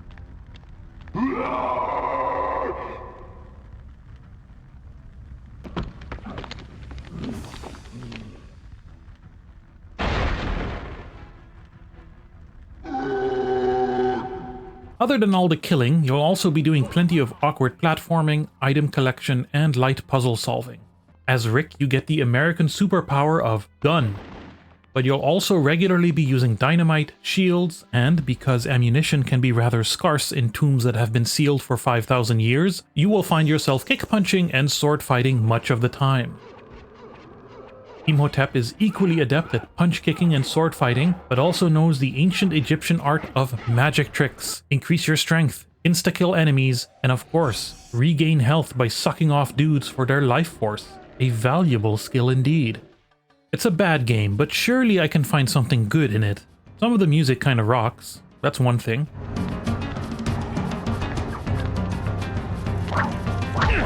And it's just cool that you get the option to play as the bad guy too. And while there is a lot of overlap of the levels, they never play the same way. And not just because Rick and Imhotep have different abilities and mechanics. Sometimes it's as basic as the level being played in reverse. Sometimes you go through the same level but have different interactables. Sometimes you branch off into entirely different paths, and there are indeed a couple of unique levels to each campaign. And I'm so sorry for this, Steve, but kicking a crocodile to death in this game is just hilarious.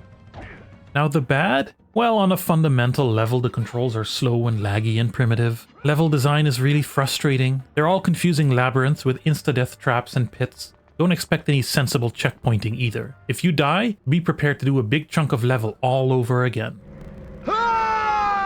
There's a 3D map to consult, but it's hard to use. Enemies are annoying, especially the animals. I know the big bad of the story is the Scorpion King, but these regular scorpions are hateful little bastards. The voice acting is not great. I have the boy.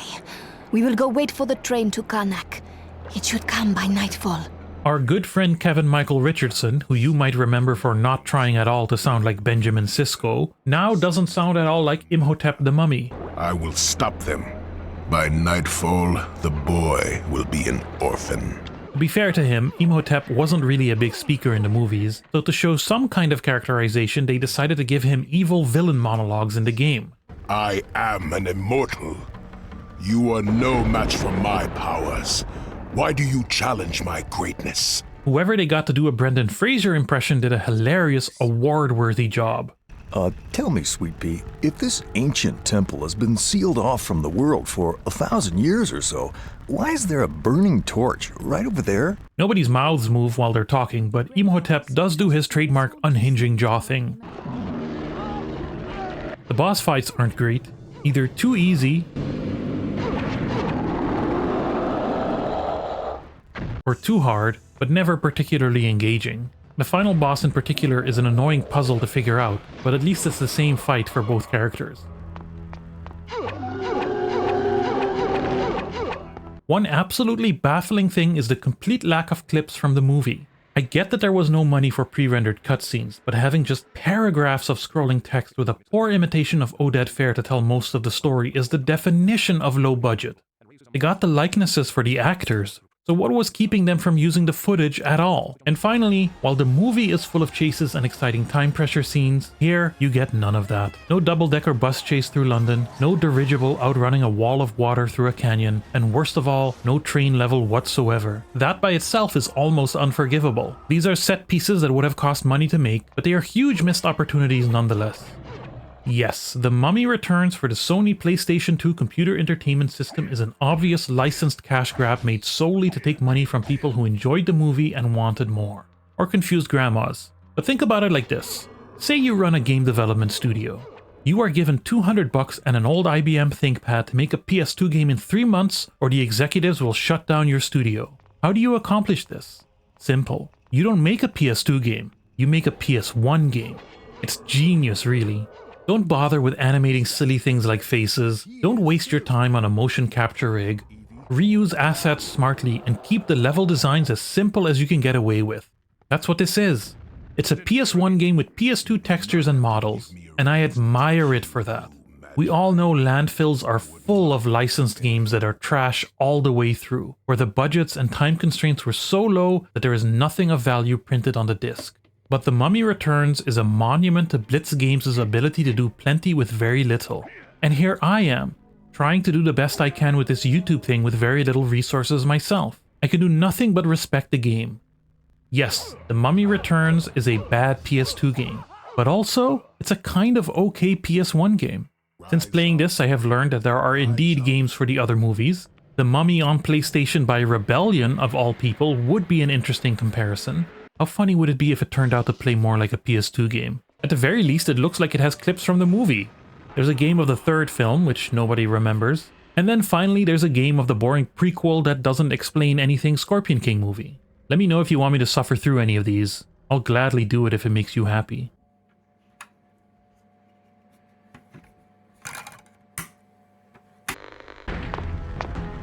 Imhotep! Get out of the way! I have the scepter of Osiris. So ends the reign of the Scorpion King. No!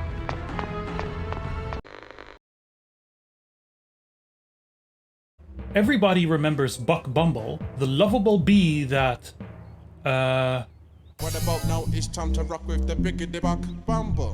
What about now? It's time to rock with the biggity buck Bumble. Bum to the bump to the bump to the bass. Bum to the bump to the Bumble. Oh right, that's what we remember. The Biggity Buck Bumble theme is a well-worn meme at this point. With its thumping beat and catchy vocals, it's a total banger all on its own, but doubly amusing as the main song of a colorful Nintendo 64 game about a cyborg bee trying to prevent the bugpocalypse. The N64, of course, was absolutely infested with colorful mascot games. Something about the console's target audience and its blurry textures made it the perfect home for banjos and kazooies, donkeys and ditties, Glovers, Chameleon's Twist, and whatever the hell Ed from Tonic Trouble is. It's easy to get lost in that rainbow sea, and other than the one tune, it seems like Buck Bumble did just that, being remembered as an otherwise mediocre at best game. You fly around shooting things for a couple of hours and then you're done, and the only thing you'll recall about the game is that damned song, but nothing else. Is that true though? I mean, this is Argonaut Games we're talking about. They made Star Fox and the Super FX chip. They made Alien Resurrection on the PlayStation, a pioneer of dual analog FPS controls. They made, Catwoman. Well, they can't all be winners. But for a good 25 years, I, like you, assumed there was nothing else noteworthy about the Bee game. And then I played it. And you know what? It's actually not bad. Buck Bumble starts off with the UK just doing UK things, and a toxic waste spill creating an army of mutated insects that want to take over the world or whatever. I say let 'em, quite frankly. Anyway, there's also an unseen and entirely useless rebel army, and you play as Buckford Bumble, a cybernetically enhanced super soldier bee who has to fight this back garden war entirely on his own with just his wings, a wide variety of powerful weapons, and of course the occasional thermonuclear device. It's a flight combat game, so you fly around and shoot everything that moves, and sometimes things that don't move either. Collect weapons, collect tokens for extra lives, pick up health, etc, etc. You know the drill.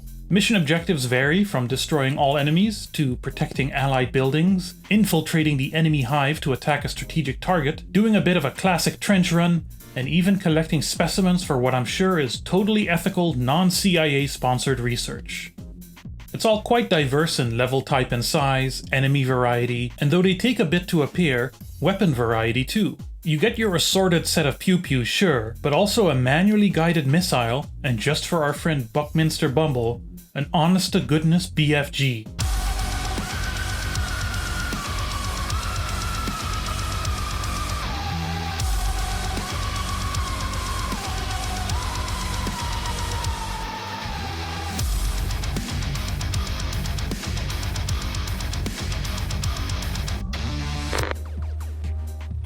The BFG. Exploration is rewarded with items, the game is never too frustrating, enemies require distinct strategies, and there's a lot of them on screen at once. But it's not a great game. I'd struggle to even call it a good game. It's a fine game. Big 6 out of 10 energy, if you know what I mean. As unbelievably great, amazing, incredible, and life-altering that menu theme is, the music that plays during the gameplay is quite basic. There's not a whole lot of variety in the environments, the levels are blocky even by N64 standards, and the fog distance is right on that edge of being acceptable. There's a distinct feeling of the game not being entirely finished. A very solid foundation here, but it could have maybe used a little more time in the oven for it to become genuinely good. Also, giant missed opportunity to not have the menu theme play over the credits. I think that would have given the game extra points from every reviewer that made it to the end. But I'm officially a convert to the Church of Bucky Bumble. Somebody get me the Buck Bumble vinyl. Somebody send me precious jewels that I can trade for the elusive and exclusive yellow Rumble pack, just so I can hold it in my hand, look at the camera, and say, it's time to rumble with the Bumble. Anyway, here's the important answer to the important question that you watched this video for. Should you play Buck Bumble for the Nintendo 64? Sure, if you want. It's a surprisingly decent flight combat game starring a cute little bee who sometimes says cool in an adorable robot voice when picking up a new weapon. If that's enough for you, you can get a couple of enjoyable hours out of it for sure. What do you see when you close your eyes and think of the words Beverly Hills Cop? Eddie Murphy cracking wise and kicking ass? Judge Reinhold being a lovable goofball? A third thing. And what do you hear? Oh, I already know what you hear. It goes a little something like this. Well, tough shit, because absolutely none of that is in Beverly Hills Cop for the PlayStation 2, released in 2006 by Blast Entertainment, purveyors of only the highest quality shovelware. Instead of Eddie Murphy, we have a mute, bald lump of clay. Instead of Judge Reinhold, we have standard white guy model number 3. And instead of the iconic Axel F, we have this.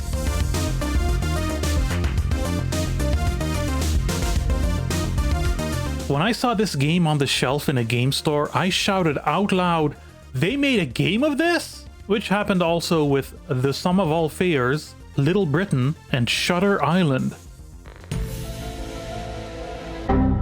Seeing the Beverly Hills Cop logo right underneath the black PlayStation 2 bar already raised an eyebrow, but the main element of the cover art being an empty car just made that eyebrow fly off into space. Obviously there's a story here. Beverly Hills Cop, the official game of the intellectual property, was developed by Atomic Planet Entertainment, who also made Carol Vorderman's Sudoku, the PC version of Robin Hood, Defender of the Crown, and another classic 80s property, Miami Vice. And I'm sure they delivered exactly what they were contracted to deliver. And my friends, you may be absolutely shocked here, but it isn't good. Oh, it really isn't good. Now I'm going to preface this by admitting that my core memory of the Beverly Hills Cop franchise isn't the excellent first movie, or the sequel which was basically the same film but with less heart. No. It was coming home after a long day of school under the hot Aruban sun, plopping myself in front of the TV, switching to Channel 17, the USA Network, and zoning out entirely until dinner time while shit like Beverly Hills Cop 3 played. Brief flashes of Axel running around a theme park as a costumed mascot, some plot about money laundering, and a campy European man selling a precursor to the gun from The Fifth Element were permanently seared into my brain through passive repetition. Even through that CRT haze, I could tell that this was not the high point of the franchise. But who could possibly know that it wouldn't be the low point either? This is a first-person shooter. You have handgun. You have shotgun. You have other gun. See those people? You can shoot them with gun. You probably should shoot them. They're shooting at you. But watch out. Sometimes you need to not shoot them. Don't expect the stealth sections to feel good or be fun or have any kind of positive impact on your life whatsoever. Even stealth sections in good games are usually frustrating and annoying, so them being included in this is basically a crime. There are 6 entire levels taking place in such exciting environments as garage, warehouse, and dock. Isn't Beverly Hills beautiful? And because this is a low budget game, they're used very efficiently. Which is to say you'll be backtracking and forth tracking a whole lot through them. The story is Axel Foley, streetwise and reckless Detroit cop, gets called to LA by one of his friends from the movies, and then commits mass murder or something. So in that way, not too different from the films. But there's a couple of things lacking from this package. Voice acting for one. Yep. There's not a single line of voice dialogue in this game starring a character known for being a smartass with a big mouth. Instead, you have to read. To compensate for this, there is a weird dialogue mini-game type thing where you can out-talk certain enemies using a bizarre Russian roulette system. I get the intent. It's to give a sliver, a tiny spark of Axel Foley to the mannequin that is supposed to represent him, but it doesn't work. It's not enough. The enemy AI is dumb as rocks, which sometimes works for you, sometimes against you. This game does one of those classic bad game things where there are tremendous spikes in difficulty due to clunky combat encounter design, or because the game does a poor job communicating the current goal to the player. It'll be one of those things where you're at this particular section of the warehouse for the third time in a single mission to find a switch or document or something, and out of nowhere a couple dozen more dudes spawn because combat equals gameplay. There's only two ways to actually beat games like this. Number one, cheese, cheese, cheese. Find that corner that the AI is somehow blind to and take pot shots. Number two, emulator save states. This would have been torture without emulator save states. Well, worse torture. And I'm not even going to go too deep into the graphics, the muddy textures, the homunculoid models, the stiff animation, the lighting or lack thereof, how slow Axel walks, how most of the game is devoid of music at all, just the occasional environmental sound effect for ambiance. Just as a point of reference, Criterion's Black came out the same year. It's not a fair comparison at all, but it does illustrate the massive gulf between the bottom and top of the barrel of PS2 first-person shooters. When the music does kick in, it's only during what I guess are supposed to be cinematic moments, but then just suddenly stops in the middle of the action.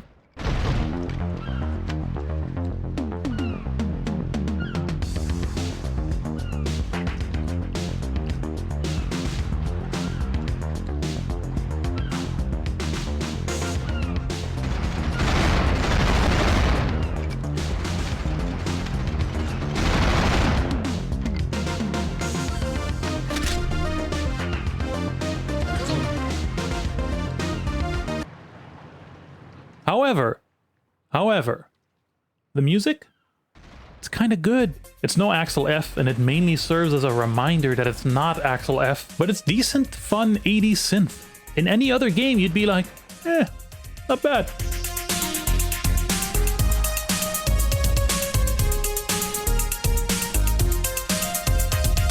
Second good thing, the strip club infiltration level. I mean, it isn't good because it's more of this game, but you have to pretend to be a waiter, sneak your way backstage, question the dancers while avoiding the guards, and eventually find your way into the boss's office. How come this cheap game with this many shortcuts still has an interesting non-combat mission? How am I supposed to reconcile that shit? Does this mean the developers were human beings with dreams of making something that can be seen as good by someone?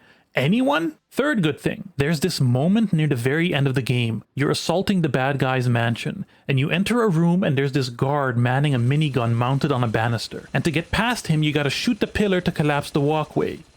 It's clunky and bad and exactly the way the rest of the game is, but the collapsing animation is curiously elaborate, and more importantly, it ends with this one last pillar section falling with a thump and a particle effect and everything. Just like a real game. I hope whichever dev on the team was responsible for that found a better home after this. Fourth good thing, the game is mercifully short, about 3 hours with save state spamming. And that's all the good.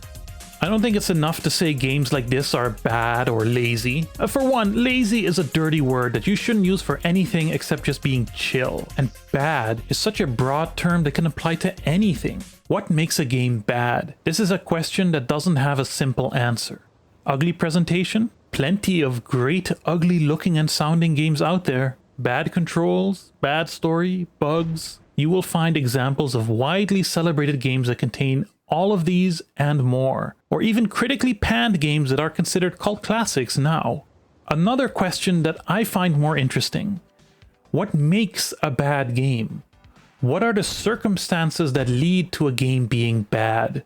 The grim realities of labor under capitalism, of the predatory nature of the game industry, how it chews up and spits out developers by the thousands? Lack of time or budget? A scope and ambition that exceed the developer's talents, maybe? Again, no easy answers.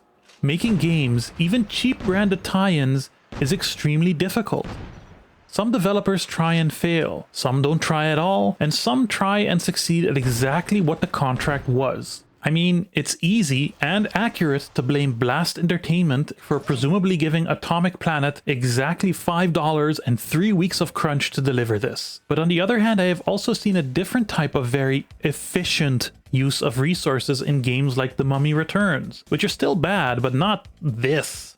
Beverly Hills Cop for PS2 isn't just bad. The how of its badness is remarkable. It's shockingly bare bones. It's breathtakingly simplistic. It's a staggering misuse of a property with plenty of video game potential. It didn't need to be Scarface The World Is Yours, but how hard would it be to make a decent Axel Foley game really? On paper, this game does almost everything it needs to. There's an excuse to bring Axel back to LA, there's shootouts, there's even an attempt at using Axel's high charisma stat. And yet it fails on all of those levels and every single level beyond. The game is just as notable for what it has as for what it doesn't have. No voice acting, no Beverly Hills Cop theme, no car chases, barely any characters or story, no references to the movies, hardly anything to actually tie it to the property it's supposed to be a part of. But this is Blast Entertainment. They were never interested in making a game that would review well or that players would enjoy. They wanted to slap a logo on something at the very edge of minimum viable product. They had a simple formula. We'll spend exactly $100 on creating this game and make $110 back, and we'll call that a win. That's why Beverly Hills Cop the game is bad. Ah, the Dreamcast.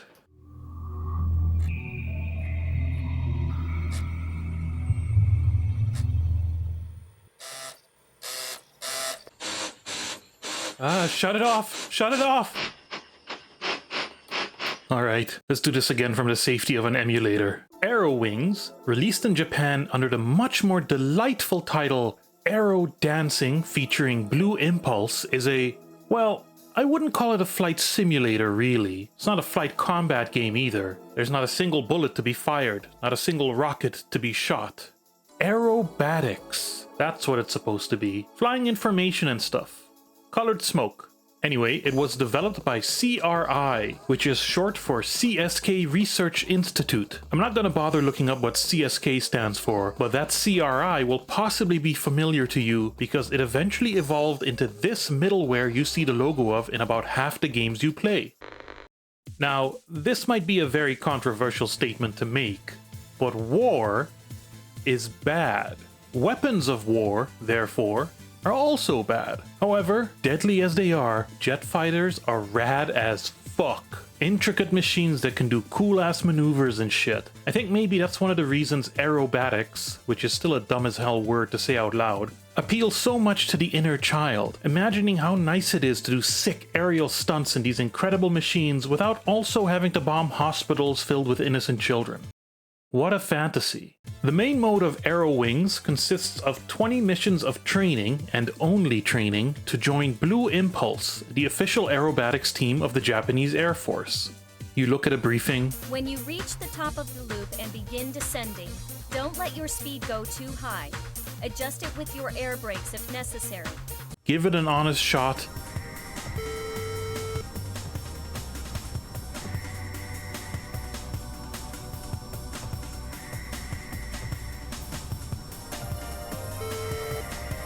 Hey, nice technique. And then get graded in the debrief.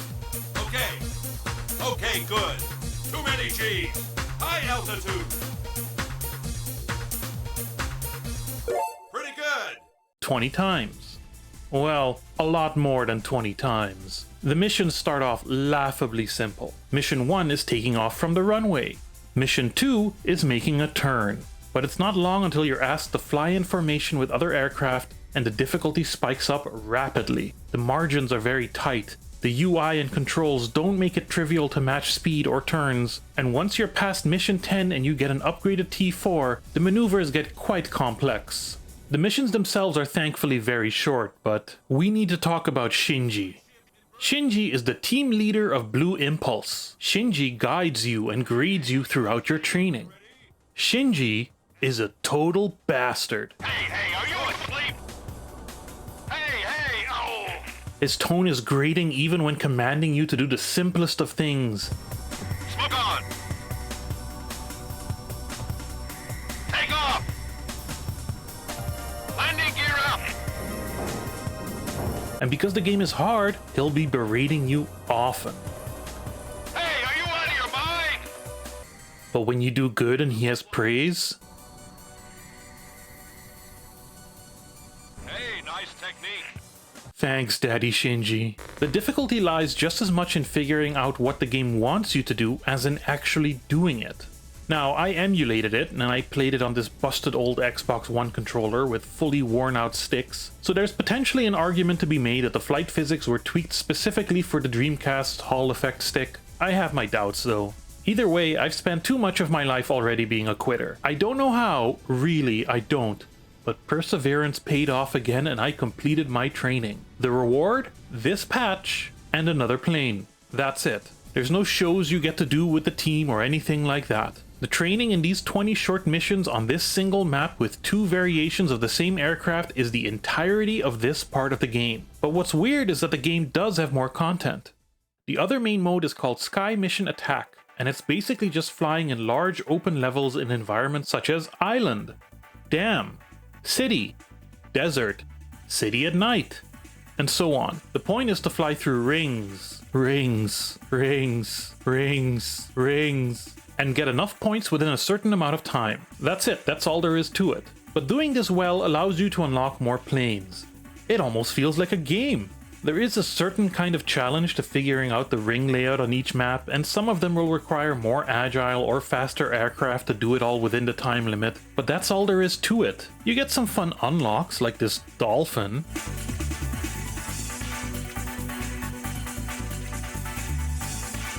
and a dune buggy,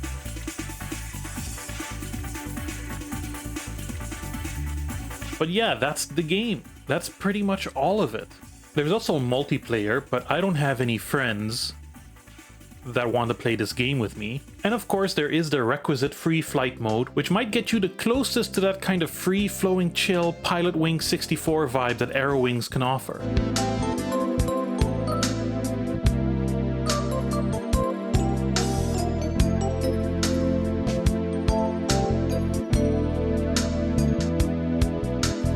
Regarding the presentation, well, it looks like a launch window Dreamcast game.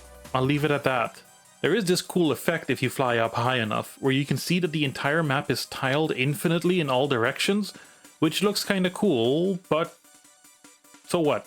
The music's also pretty nice.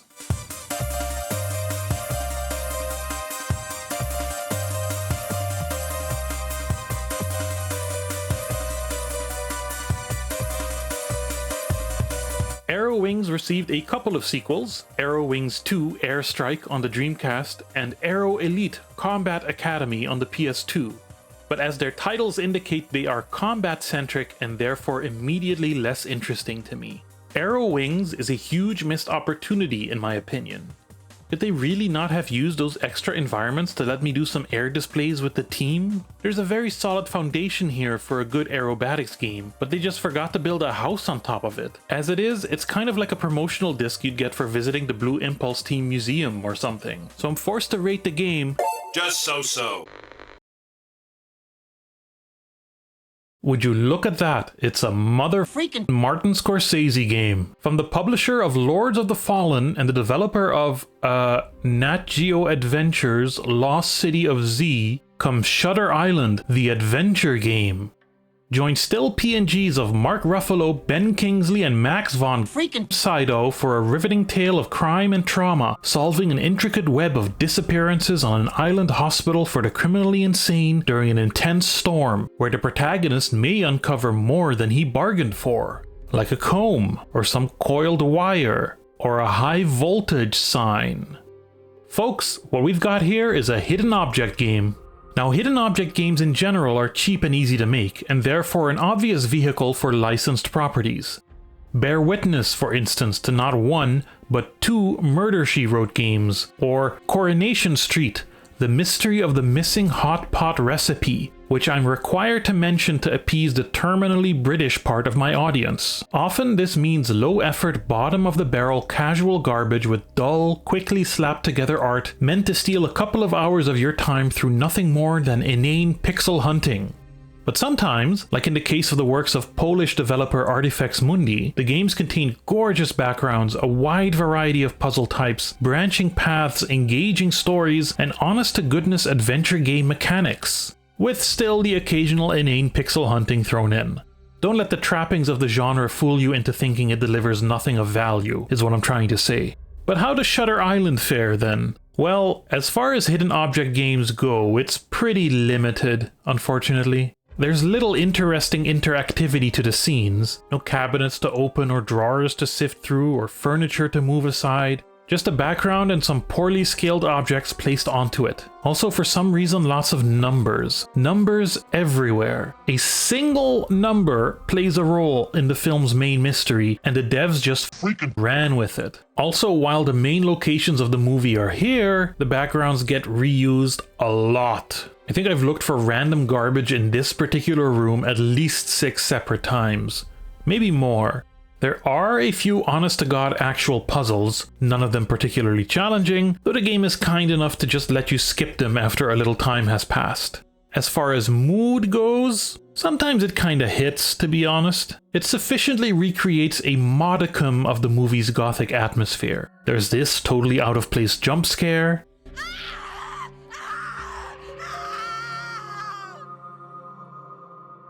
It can be a bit spooky in the dark tunnels. There's some legitimately unsettling background screams near the end of the game.